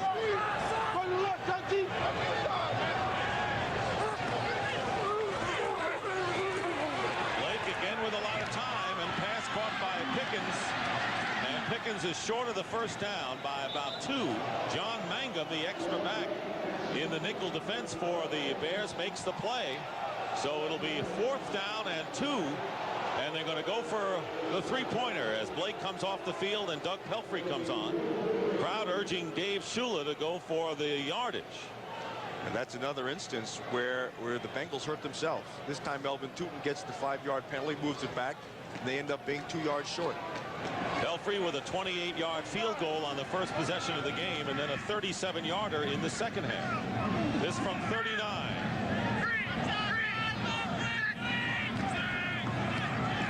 Pelfrey's kick is perfect, and the Cincinnati Bengals now lead by a score of 9-3.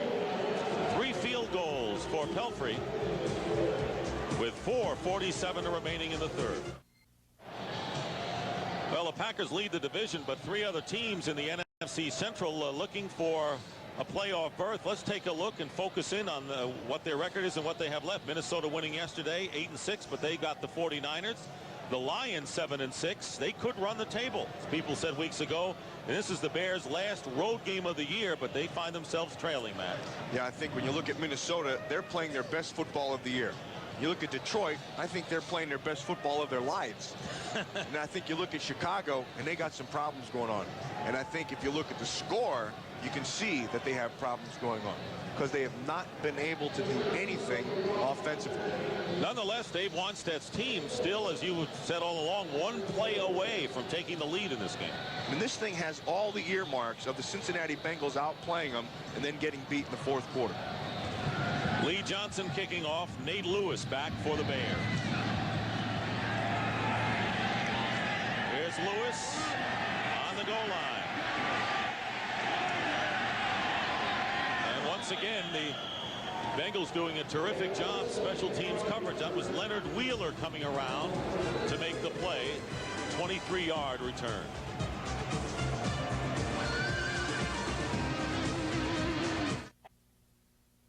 Fox NFL Sunday is brought to you by Dr. Pepper, your local Dr. Pepper bottler. Dr. Pepper is just what the doctor ordered. Whoever figured we'd ever see the black and blue division leading all the conferences in scoring, averaging nearly 24 points a game. The NFC Central has never led the NFL in scoring. You wouldn't know it, though, by the way this game has progressed thus far. Well, I think you have to look at all the offenses. Minnesota, Chicago with this passing game, Detroit with its passing game, Green Bay with Brett Favre. I mean, all of them can put points up. And they put the identical points because the Bears, Lions, and Vikings all have scored 331 points coming into this weekend. First down on the 23. Rashaan Salaam will lose yardage on that play. And right now, for a McDonald's game break, let's return to James Brown in our Hollywood studio. Dick, 93 combined yards for Craig Ironhead Haywood, first receiving touchdown. My goodness, Atlanta 16-0 over New Orleans. Hey, Matt, would you have gotten in his way? I'd have let him trip on me. Well, Atlanta very much in the fight. In fact, Atlanta has a tie-breaking edge over the Bears, even though they have the same 7-6 records. Falcons finish with a road game in Carolina and then the 49ers at home in the final game of the year. The Bengals have called a timeout. So we have that with 4:02 showing on the clock. Well, Matt will be glad to know that it has warmed up considerably here, so the wind chill is now -9. I'm feeling much better, yeah. I felt you did. Well, you remember the coldest, perhaps, day of all. They talk about the Ice Bowl was that Chargers-Bengals game in 1981. Dan Fouts still has effects over that freezing weather. Does. It's still effective. Second down and 9. Eric Kramer's pass incomplete off the hands of Jeff Graham.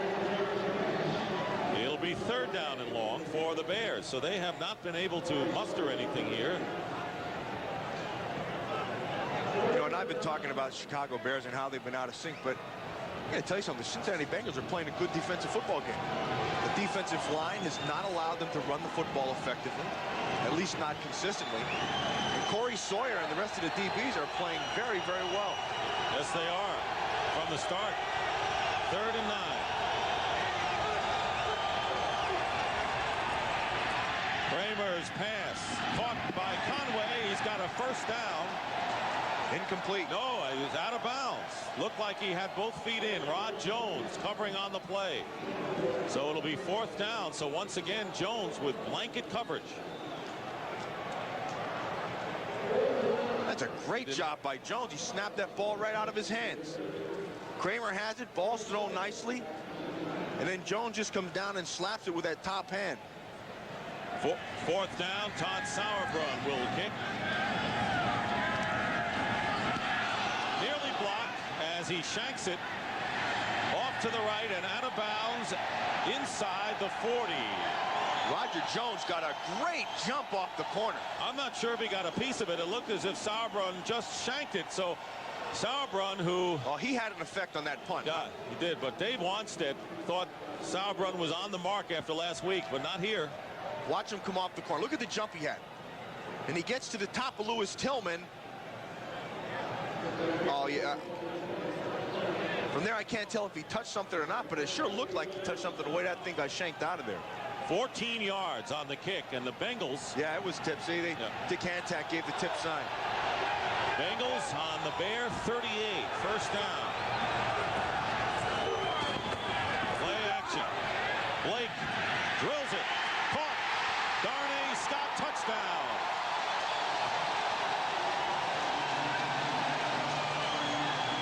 Jeff Blake with his 26th touchdown pass of the year. He leads the AFC. 38 yards, and it took him 1 play. He beat Minifield to the post. There was no help in the middle of the field. 5th touchdown reception for Darnay Scott, and the 1st touchdown of this game by either team. A big score by the Bengals after the great play by Jones, getting a piece of that kick by Sauerbrunn. Now Doug Pelfrey for the point after. It's good. It is 16-3 now in favor of the Cincinnati Bengals with 3:34 remaining in this 3rd. Another good job by the offensive line of the Bengals. They go with the play action. You see they bring Joe Kane. Here he comes on a play action, stepping up to take that blocker on, and then all kinds of time to throw this football. Now there's nobody in the center of the field. You see, there's nobody there. Darnay Scott just runs right to the ball, gets right into the end zone.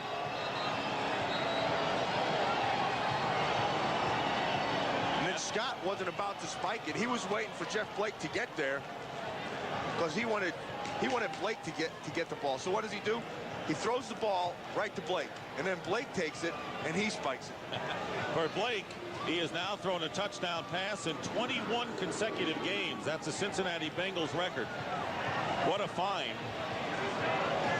Number 8 is for the Bengals.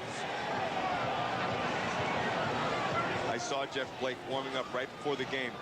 And you know what he had on? His old New York Jets warm-up. And I said, what'd you have that on for? He says it just serves as a reminder. I guess it would. It was Pete Carroll who ended up punting him, not Bruce Coslett, who is the offensive coordinator here in Cincinnati. Nate Lewis on the return. And Lewis brings it out close to the 35-yard line. You're going to watch right up here. They're going to go down. They're going to go to the post. Now, he's playing man coverage, see? Everybody jumps up here. He's over the top. He's over the top. When the safety jumps, there's nobody in between.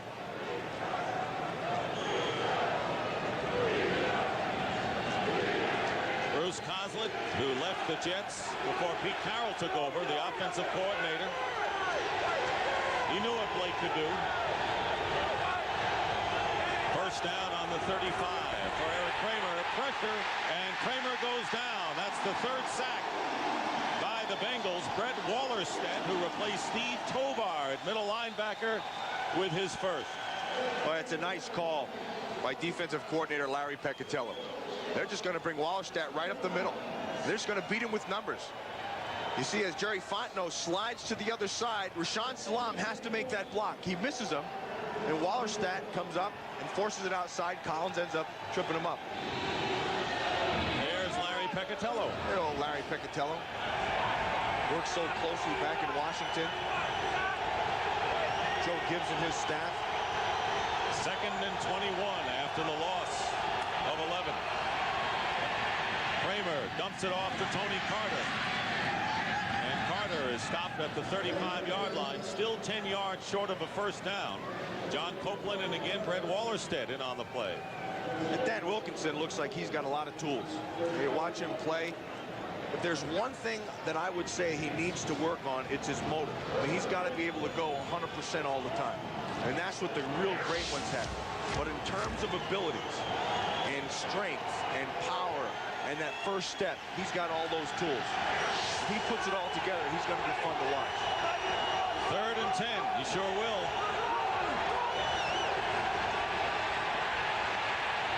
Kramer, not a good toss. Little low to Carter. He couldn't hold on to it. And that'll bring up 4th down. Looks like Brett Wallerstedt wants to make sure Tovar doesn't get his job back. Hey, it looks like he just wants to hit anything in sight out there. That's what you want in the middle linebacker. You want a guy who's going to knock things around. Make it loose. Cincinnati Bengals have taken the play away from the Chicago Bears with 2:05 remaining in the 3rd. Todd Sauerbrunn. And a fair catch called by Sawyer at the 29. Well, next Saturday, the Green Bay Packers, who are trying to nail down the NFC Central title, will go against the New Orleans Saints. And we'll be with you for that game at 4 o'clock Eastern, 3:30 with the pregame show. And that's next Saturday. Now keep in mind when you look at that game, you see Green Bay and you see Philadelphia, Minnesota. Green Bay right now, one of the division leaders, but they have not had a lot of success on the road and on turf. And every time they've played on AstroTurf, for some reason, they've just not played well.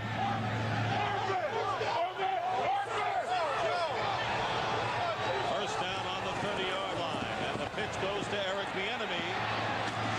And Bieniemy bounces off of Joe Kane and brings it out to the 30, and Kane shaken up. That was a gain of 1 already. Ron Cox was hurt earlier for the Bears. Cox came back into the lineup, and now Kane trying to walk it off.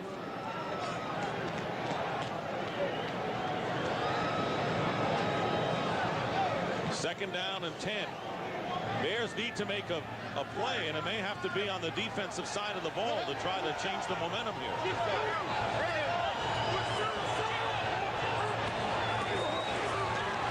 Jeff Blake chased, and the pass to Green underneath.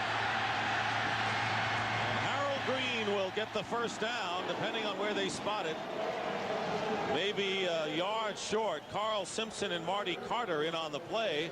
That'll bring up 3rd and less than a yard. You know, remember we started to see the screens at the beginning of the game, and they said they're going to keep on running them until you stop them, and then they stopped them. You didn't see them for a while, and here they reappeared again. So far, the Bengals have outpassed the Bears 84-5. It has not been a prolific passing game for Eric Kramer of the Bears by any stretch of the imagination. 3rd and 1. Wide receiver screen to Darnay Scott, and a first down as the clock winds down, under a half a minute remaining in the 3rd quarter. So the Bengals with another first down will have the ball when we start the 4th quarter. And they're going to let the clock run down. And that'll be the end of the 3rd quarter with the score, the Bengals 16 and the Bears 3. And Fox NFL Sunday will continue after these messages from your local Fox station.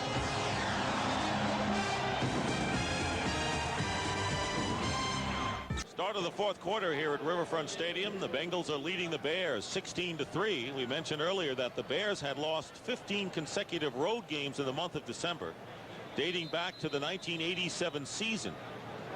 Their last win was against the Raiders that year, and it was Walter Payton's last regular season road game.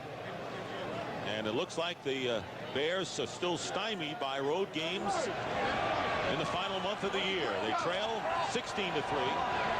1st and 10 for the Bengals on the 44-yard line.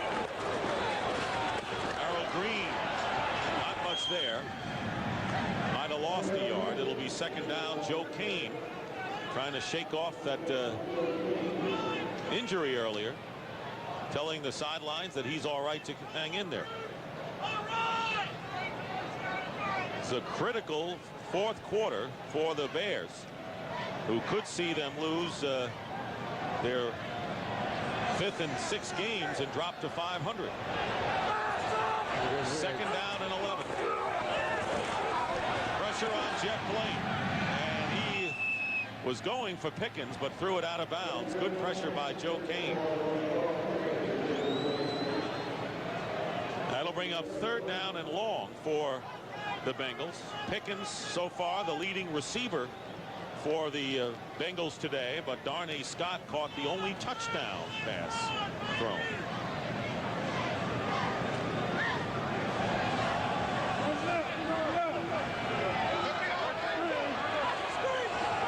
Need 11 yards, 3rd down. Pass caught by the tight end, Tony McGee. And he has dropped it midfield by Jeremy Lincoln. It'll be 4th down, and the Bengals will have to kick it away.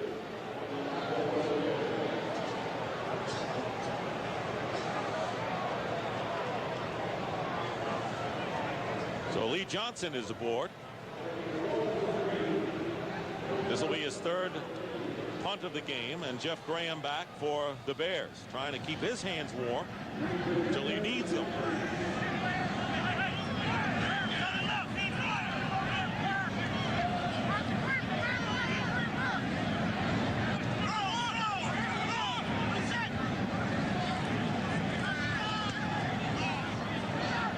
Kick, and Graham lets it bounce, and it takes the Cincinnati hop, and it is down at about the 17-yard line. So the Bears will go on attack again when we come back.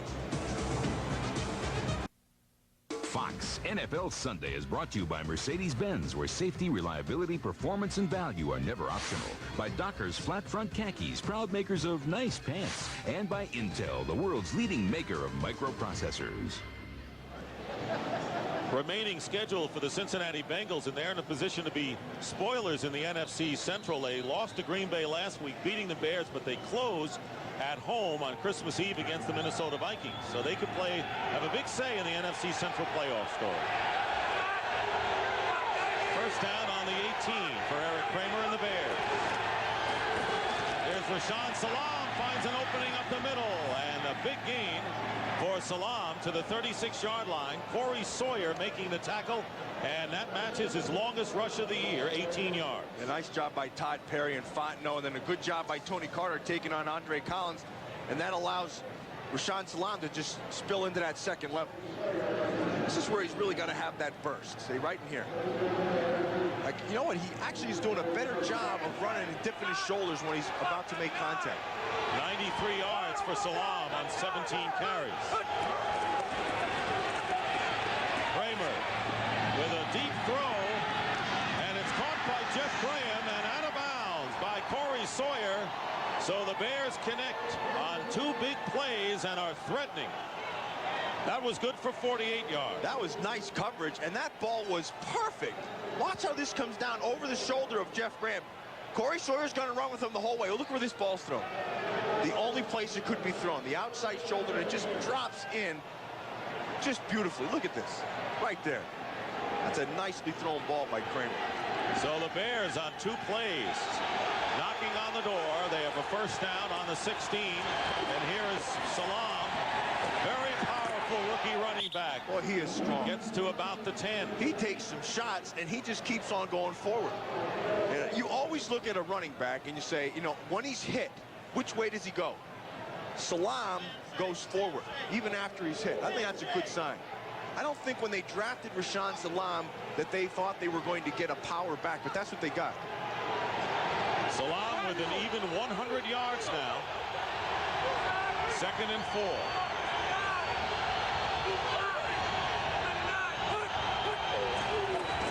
And again they go to Rashaan Salaam. This time he is hit and hit hard by Bracy Walker, the strong safety.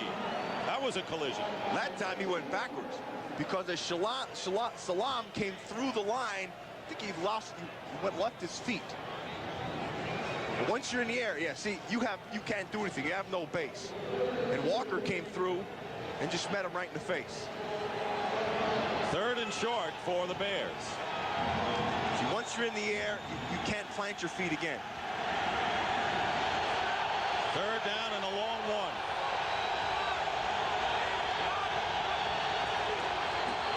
Salam. And he may be close to it. The Bengals indicate that they stopped him. We'll wait for the official call. Ricardo McDonald, one of the outside linebackers, making the play, and we may have a measurement. Plenty of time remaining. Dave Shula, along with Dave Wanstead, assistants on the Dallas Cowboys staff at the end of the 80s, 1990. Salam having a terrific game.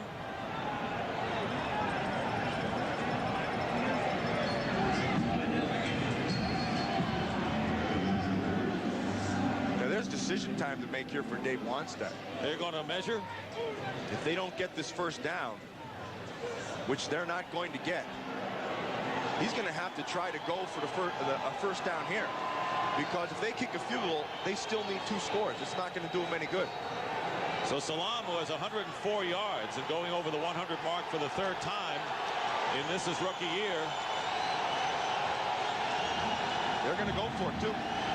Trailing 16-3 on 4th and less than a yard.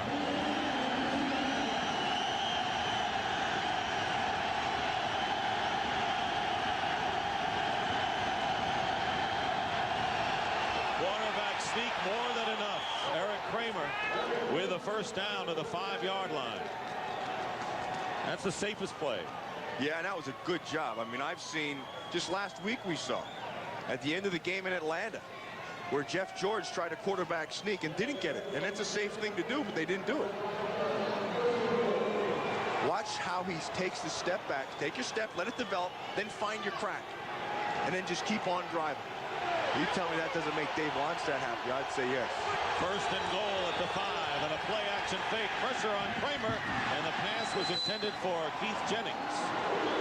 But the Bengals were not fooled at all by that fake by Eric Kramer. That'll bring up 2nd down. Hey, the Cincinnati Bengals defenders have played very well today. A lot of guys have turned in and turned it up a notch. This guy, Brett Wallenstadt, comes in after Tovar goes down, and he's whacking everything.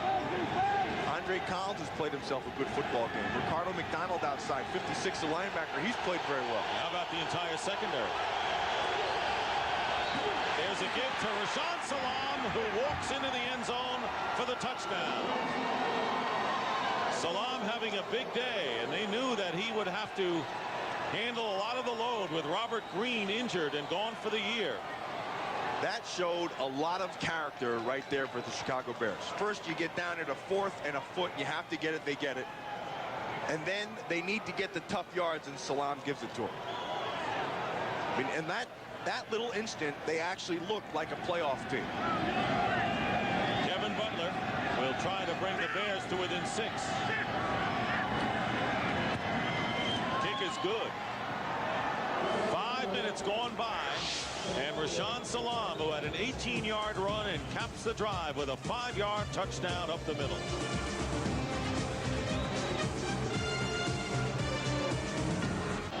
Bears have said every game they play the rest of the season is a playoff game. They need to win them all, and they've come within 6 as Salam with 33 yards on that 82-yard drive. Don't forget the 48-yard pass to Jeff Graham. And the Bears with easily their most impressive offensive foray with their first touchdown of the day. Yeah, they needed somebody, the Bears, to kick them over the edge. And it was a rookie Salam. And they showed character by doing it. Now let's see if the Cincinnati Bengals have the character to be able to answer it. On the short kick, David Dunn returns for the Bengals.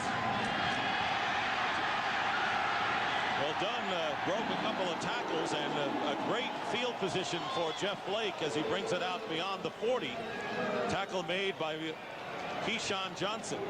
Watch Big Cat Williams come down and take on Olafson.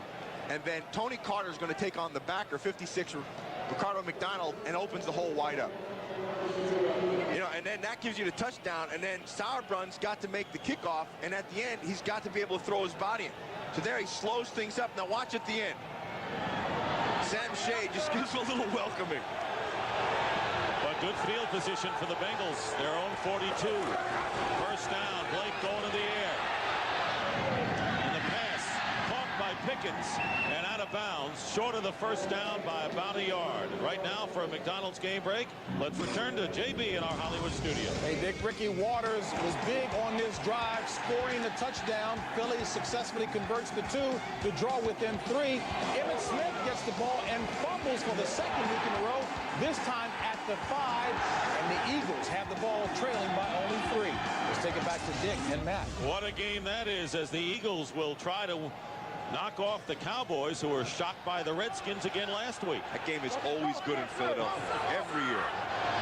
Second down and 1, and the first back through. Oh, nice hit by Joe Kane. Enough. James Joseph. Let's see where they spot the ball. Joe Kane met him perfectly.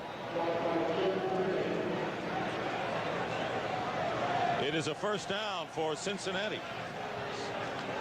Under 9 minutes remaining in the fourth quarter. This is an important possession for both teams. Blake, who's not shy about throwing the ball, as the Bengals want to keep their lead, perhaps add to it. A 9-point lead. A field goal would come in handy for Cincinnati.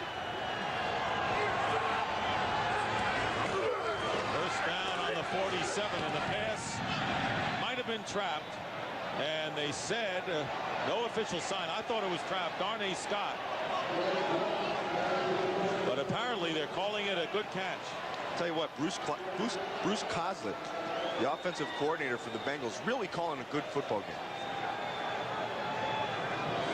Oh, he caught that all the way. That's a good call. He gets his hands underneath it, scoops it, comes up.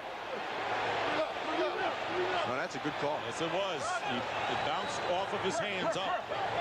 Second down and 4.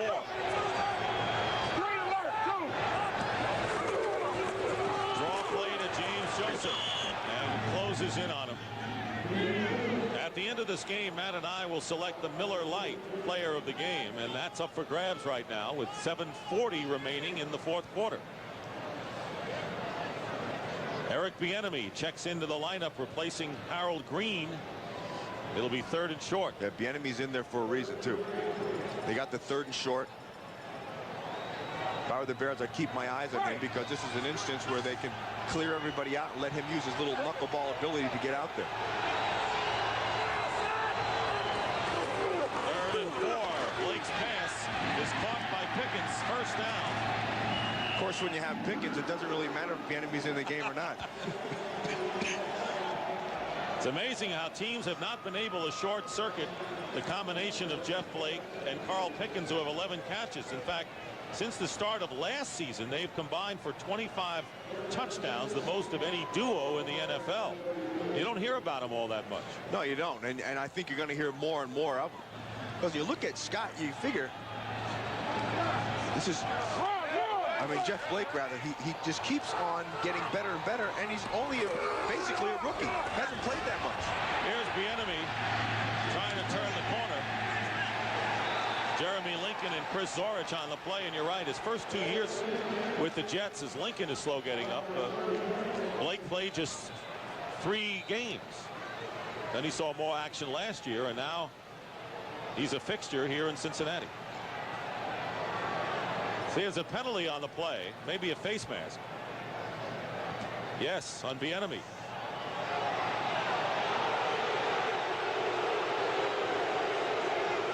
Bieniemy looked like had his face mask grabbed.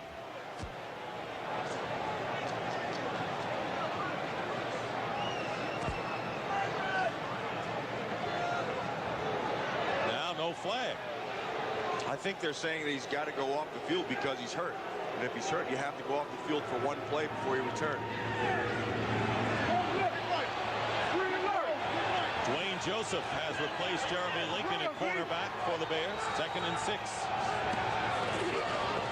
On the draw play, Bieniemy. Up the middle, gets to the 25. Joe Kane making the tackle.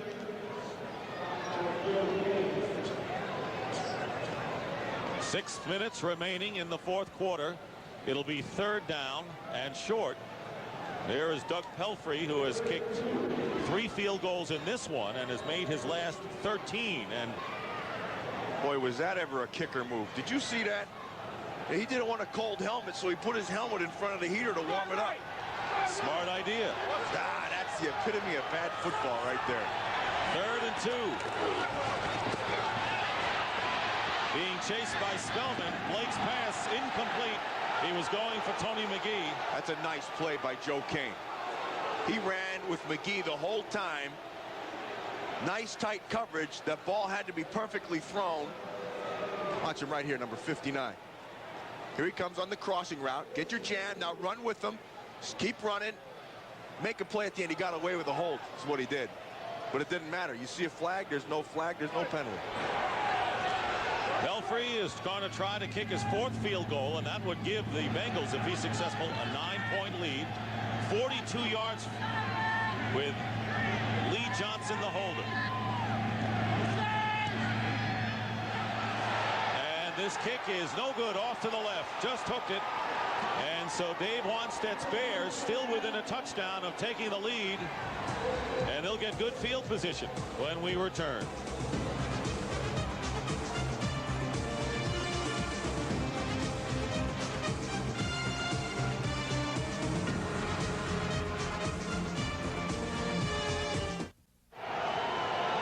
The Bears sideline and Dave Wanstead when Pelfrey hooked that field goal attempt.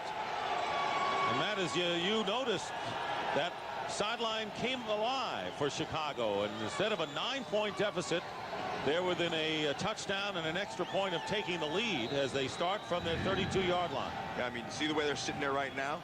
That's the way they were sitting right before the kick was made, and then they were jumping around like a bunch of maniacs when they missed it. Last time the Bears had the ball, they won 82 yards in an impressive scoring drive.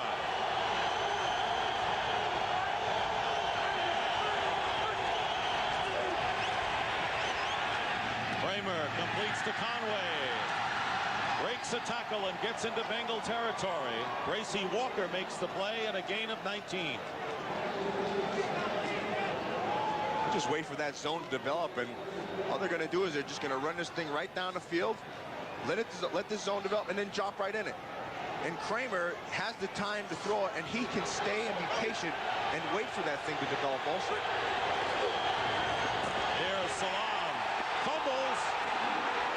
And the Bengals, they have recovered. Gracie Walker has recovered the fumble by Rashaan Salam.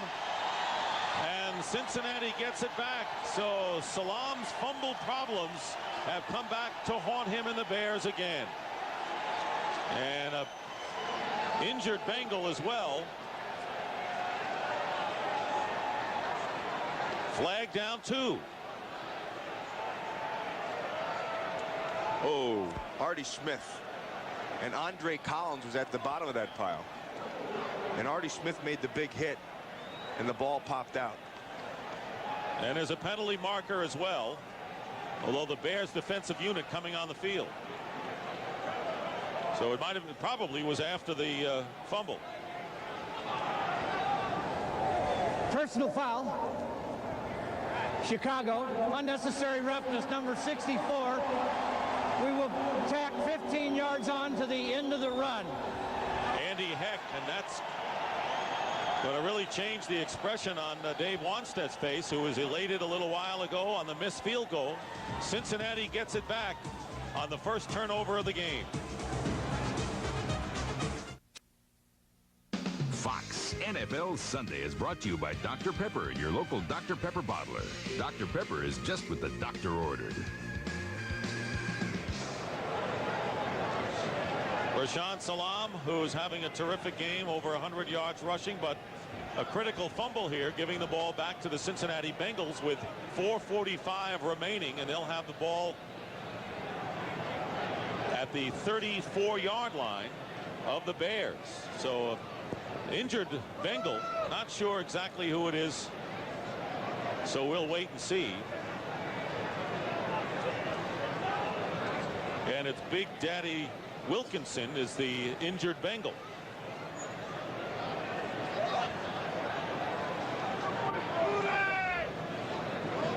Hey, the Cincinnati Bengal team 5-8 on the year, and sure, they're still in playoff contention mathematically, but really there's not much of a chance they'll make it.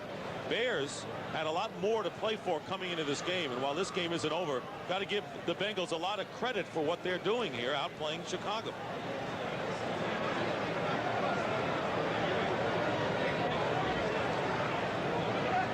Wilkinson, number 99 on the left. And Ricardo McDonald falls on the pile. And that appears to be where the injury occurred. And they're going to bring out the cart. So that's not a good sign for Dan Wilkinson. Wilkinson, who started the year at tackle, and they moved him to defensive end and back to tackle. #1 draft choice. Last year, 8 sacks for a Cincinnati defensive unit that came into the game approaching the club record for most quarterback sacks in a season.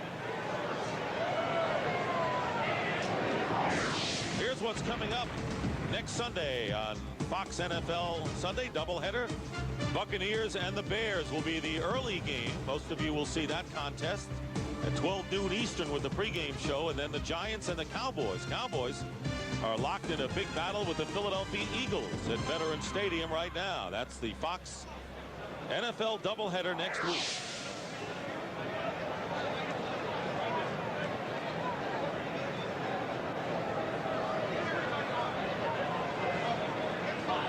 Well, the teams that need to win today, the exception perhaps of the Bears in the NFC, are winning. The Lions ahead of the Tampa Bay Buccaneers. Green Bay will play later, and Philadelphia challenging Dallas. Now, this is amazing. Teams with a chance to make the playoffs coming into this week. 27 teams in the National Football League still with a shot at making the playoffs, and that includes, as we said, the 5-8 Cincinnati Bengals. That graphic would make Pete Rozelle happy, because he's got all of his teams in the league still available with 3 weeks to go. Yeah, and it's still it proves his parity point. And you know, it's going to get down. Personally, I don't like it. I don't like that parity whole thing. I think we've got a weaker league than we've had just 5 years ago. I think there's a bunch of reasons. You know, one of them was free agency and the salary cap, and then you had the expansion teams. And even with all that, the league just is not as strong as it has been. They still haven't gotten Wilkinson up and on that cart yet. Here's how that injury occurred once again. Remember, on this play, Wilkinson 99 on the left, and his left knee bends in right there. Now, it was Bracy Walker who picked up the loose ball after Artie Smith hit Rashaan Salam and caused the fumble. You know, I don't know what the heck is going on down there. None of us do, but they don't put a guy strapped in like that for a knee. Yeah. Now remember, most of this is done as a precaution because they don't want to take a chance.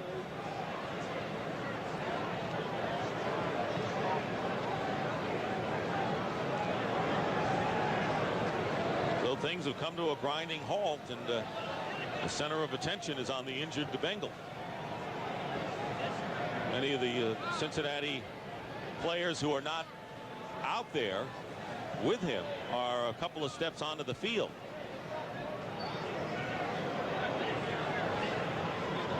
There's many of the Bengals, and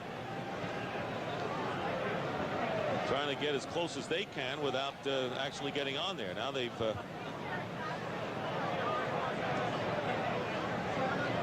getting ready to take Wilkinson off. Let's take a look at the playoff picture in the AFC. Kansas City, Pittsburgh, and Buffalo ensconced as division leaders. And in 3 of these 6, I guess Cincinnati also is a contender, but let's not put them in this group for the moment. We'll move on in the wild card. I think the one team, well, 2 teams you have to watch in that AFC. I think Kansas City is playing much better football than people give them credit for. They're very solid. They don't make mistakes, and they wait for the other team to make the mistake. And I think you really got to watch as you watch Big Daddy go off the field here. You really have to watch the Pittsburgh Steelers. But I think the Pittsburgh Steelers are really playing good offense, and they finally realize what they are defensively. With Rod Woodson out and Deion Figures out, they've settled in on what they are. Steelers have a game against the Oakland Raiders. Big Daddy Wilkinson and a silent crowd here in Cincinnati.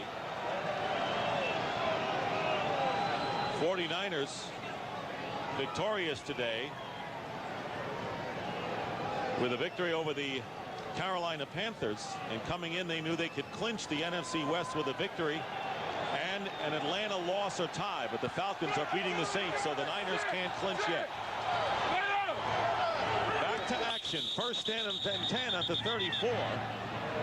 And before they run the playoff, we have a whistle. And it's against Cincinnati. It'll be 5 yards marked off. False start prior to the snap. Right guard. 5-yard penalty. Still first Word down. on Dan Wilkinson, a cervical injury, had use of his faculties, and he's being taken to the hospital. That is the word on Dan Wilkinson, the injured Cincinnati Bengal.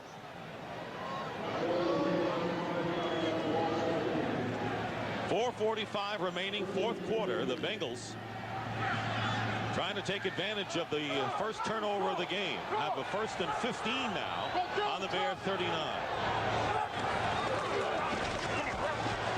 Swings the pass out to Green, incomplete, and it'll be 2nd and 15.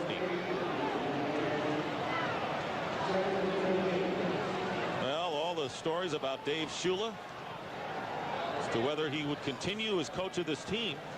Remember, the Bengals winning 3 games each of the last 2 years. They have a 5-8 record now. In Shula's first year as coach, Cincinnati went 5-11. So a win today would give him the most wins that he's had in his 4 years as coach.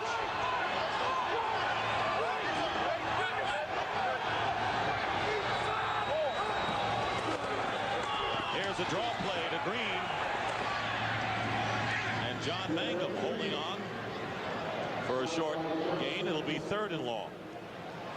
That was a big tackle by Mangum. I mean, there was nobody there beyond him. What the Bengals had done is they went with the 3 wide receivers, and they tried to spread that defense out. And so Wannstedt countered by bringing in a nickel defensive back set. Mangum made the nice read and made the tackle in the middle of the field. Barry Minter always part of that at linebacker. 3rd down and 11. Same defensive group in there for the Bears. Blake with a pump fake, and down he goes. Jim Flanagan with the sack. And that is the first sack of the game for the Bears, and for Flanagan, that is his 10th of the year. That is a huge play for the Chicago Bears. Flanagan goes with the arm over and beats Brills, the center. And by making that big play, he's going to give the Bears a chance to get this ball back with 4 minutes to go. Timeout, Bears. Under 4 minutes remaining in the fourth quarter. The Bengals lead 16-10, but a big defensive play by Flanagan, forcing Lee Johnson and the Bengals to kick. And a fair catch called for by Jeff Graham right at about the 20-yard line. So that's how much time the Bears have to try to get in position. They need a touchdown and an extra point to take the lead. Timeouts remaining now. Each team has 2 as Eric Kramer comes out. And he's going to have the usual bevy of receivers with Michael Timpson, Jeff Graham, and Curtis Conway.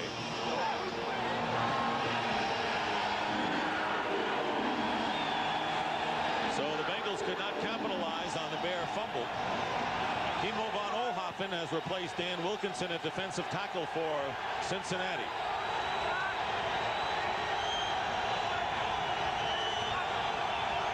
First down from the 19. Kramer got hit. as he let go of the ball. Incomplete, second down. Kramer got some pressure, but I think what happened, he stepped up into the pocket just a little bit too much. Watch how he steps. Now he steps, and see what happened is he hurt himself because the blocking was ample. He stepped in waiting for the receiver to come. He never showed up, and he hurt himself.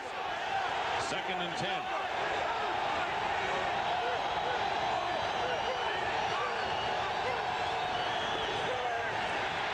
Kramer completes the pass to Conway. It'll be 3rd down, and the Bears lining up quickly, a gain of 7. 3rd down. There's Rashaan Salam on the sideline. 3rd and 3 coming up. Carter is the running back with 4 wide receivers.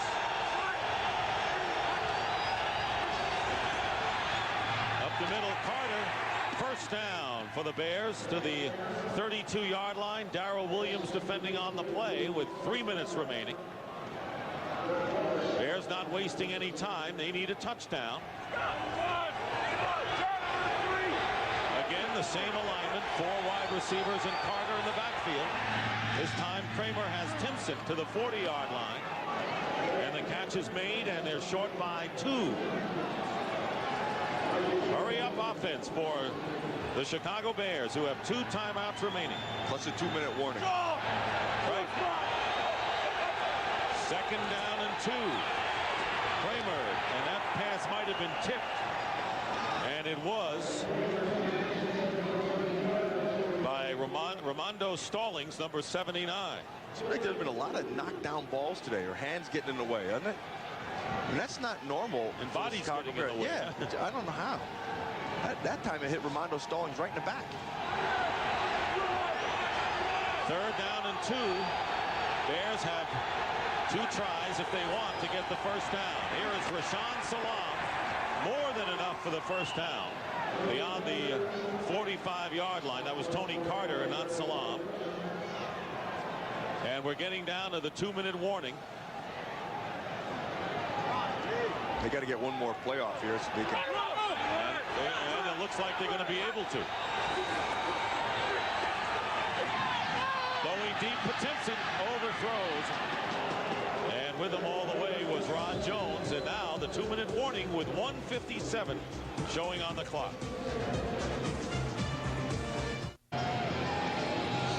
(16-10), the Bengals lead the Bears with 1:57 to go. 2-minute warning. Each team with 2 timeouts remaining. And the Bears need a touchdown and an extra point to pull it out. 2nd and 10 at the 47 of Chicago.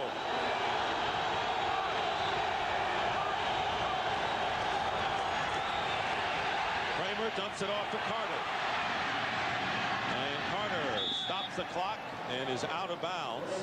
About 5 or 6 yards shy of the 1st down. Corey Sawyer chased him out of bounds. They still got 2 downs to get the 1st down. Kramer trying to run everybody off and then just done to dump it. Now I think he is still looking downfield. It's just that the coverage is taking it away, so you take what you can get. And a nice job by Carter making sure he gets out of bounds to stop the clock. 3rd and 5.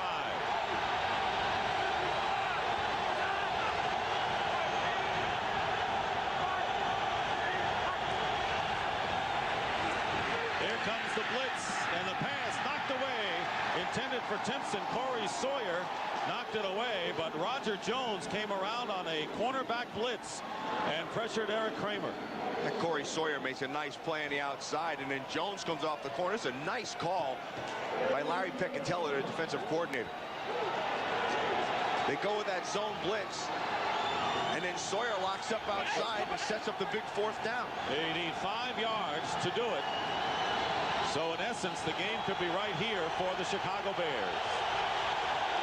5th in the NFL in 4th down conversions.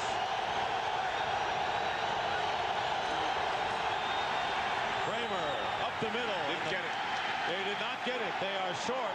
Pass was caught by Conway, and the Bengals will take over on downs. That is completely inane to me. They did not throw to the sticks, and it cost them. How can a receiver in a 4th and 5 situation, run a 4-yard route.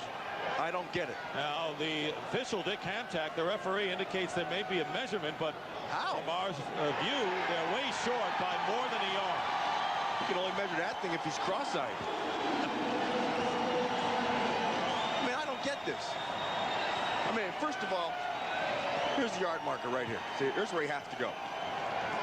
Now, you're a wide receiver. You got 4th and 5. You have to get 5 yards. You have to run your route past here.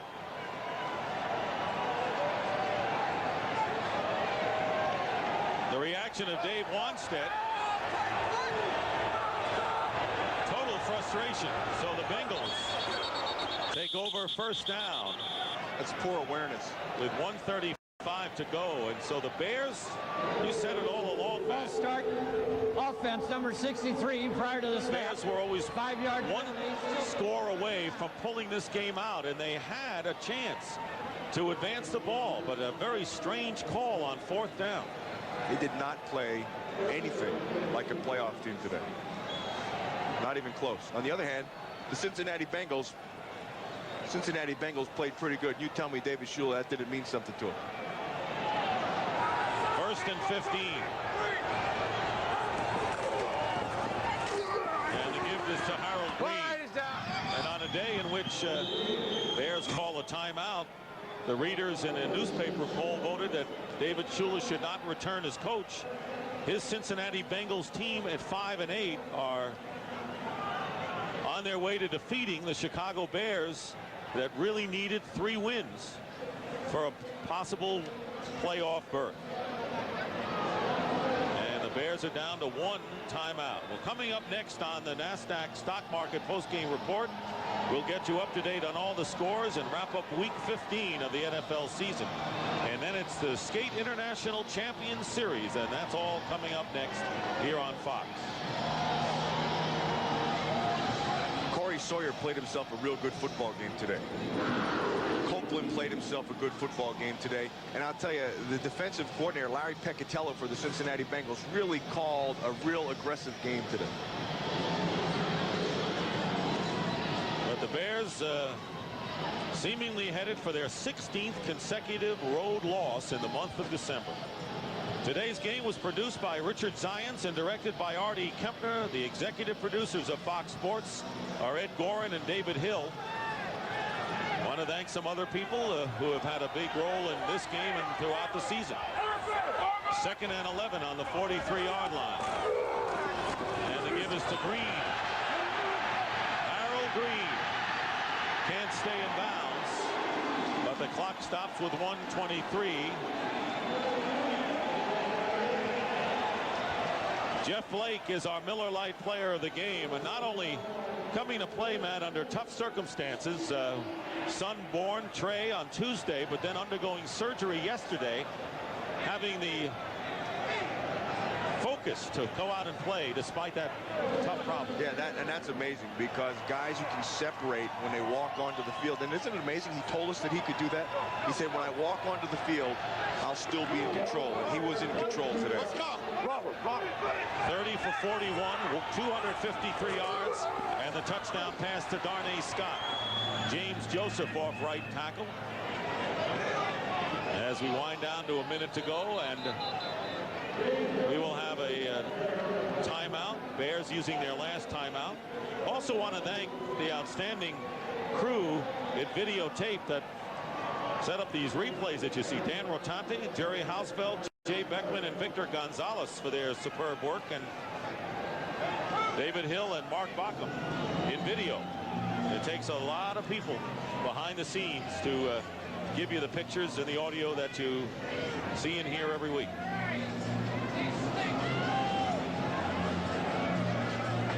So the Bears are out of timeouts with 1:16 remaining. It'll be 2nd down and 7 for the Cincinnati Bengals, who are still alive for their playoff hopes. And despite the fact that the Bears are headed for defeat, they will not be eliminated today. So they are still alive for a playoff berth themselves, but not playing very well. No, they have a pulse, but that's about it. They did not play anything like a playoff football team today. Remember the beginning, the opening of our telecast, we showed the pulse beat and then all of a sudden the straight line. Flat line. That Marcy Kempner put together, and that could be where the Bears are going right now. 2nd and 7. James Joseph dives forward, and the Bears can't stop the clock. Bengals will go 6 and 8. And will finish at Cleveland, and that'll be a memorable game, the final game at the Cleveland Browns in Cleveland next week, and then the Minnesota Vikings. The Vikings better not rest easy playing this team in the final week. No, I don't think they will, because I think the Minnesota Vikings are playing good football right now. Offensively, they're really playing well, and defensively, they're playing well enough to keep their offense in the game. Speaking of playing well, the Detroit Lions won. They defeated the Houston Oilers, so they're very much alive. So the Green Bay Packers will not be able to clinch the division even if they win later today. So the Bears now 7 and 7. They have lost 5 out of their last 6 games, and their playoff hopes are flickering. Dave Wanstead congratulating Dave Shula, and a big win for Shula and the Bengals as the final seconds tick off. So a bit of a surprise today. The Cincinnati Bengals defeat the Chicago Bears. The final score 16-10. And this is the last road game of the year for the Bears, and they will finish with home games against the Tampa Bay Buccaneers and the Philadelphia Eagles. Not a productive day for Eric Kramer. Rashaan Salam went over 100 yards, fumbled, but the Bengals didn't capitalize there.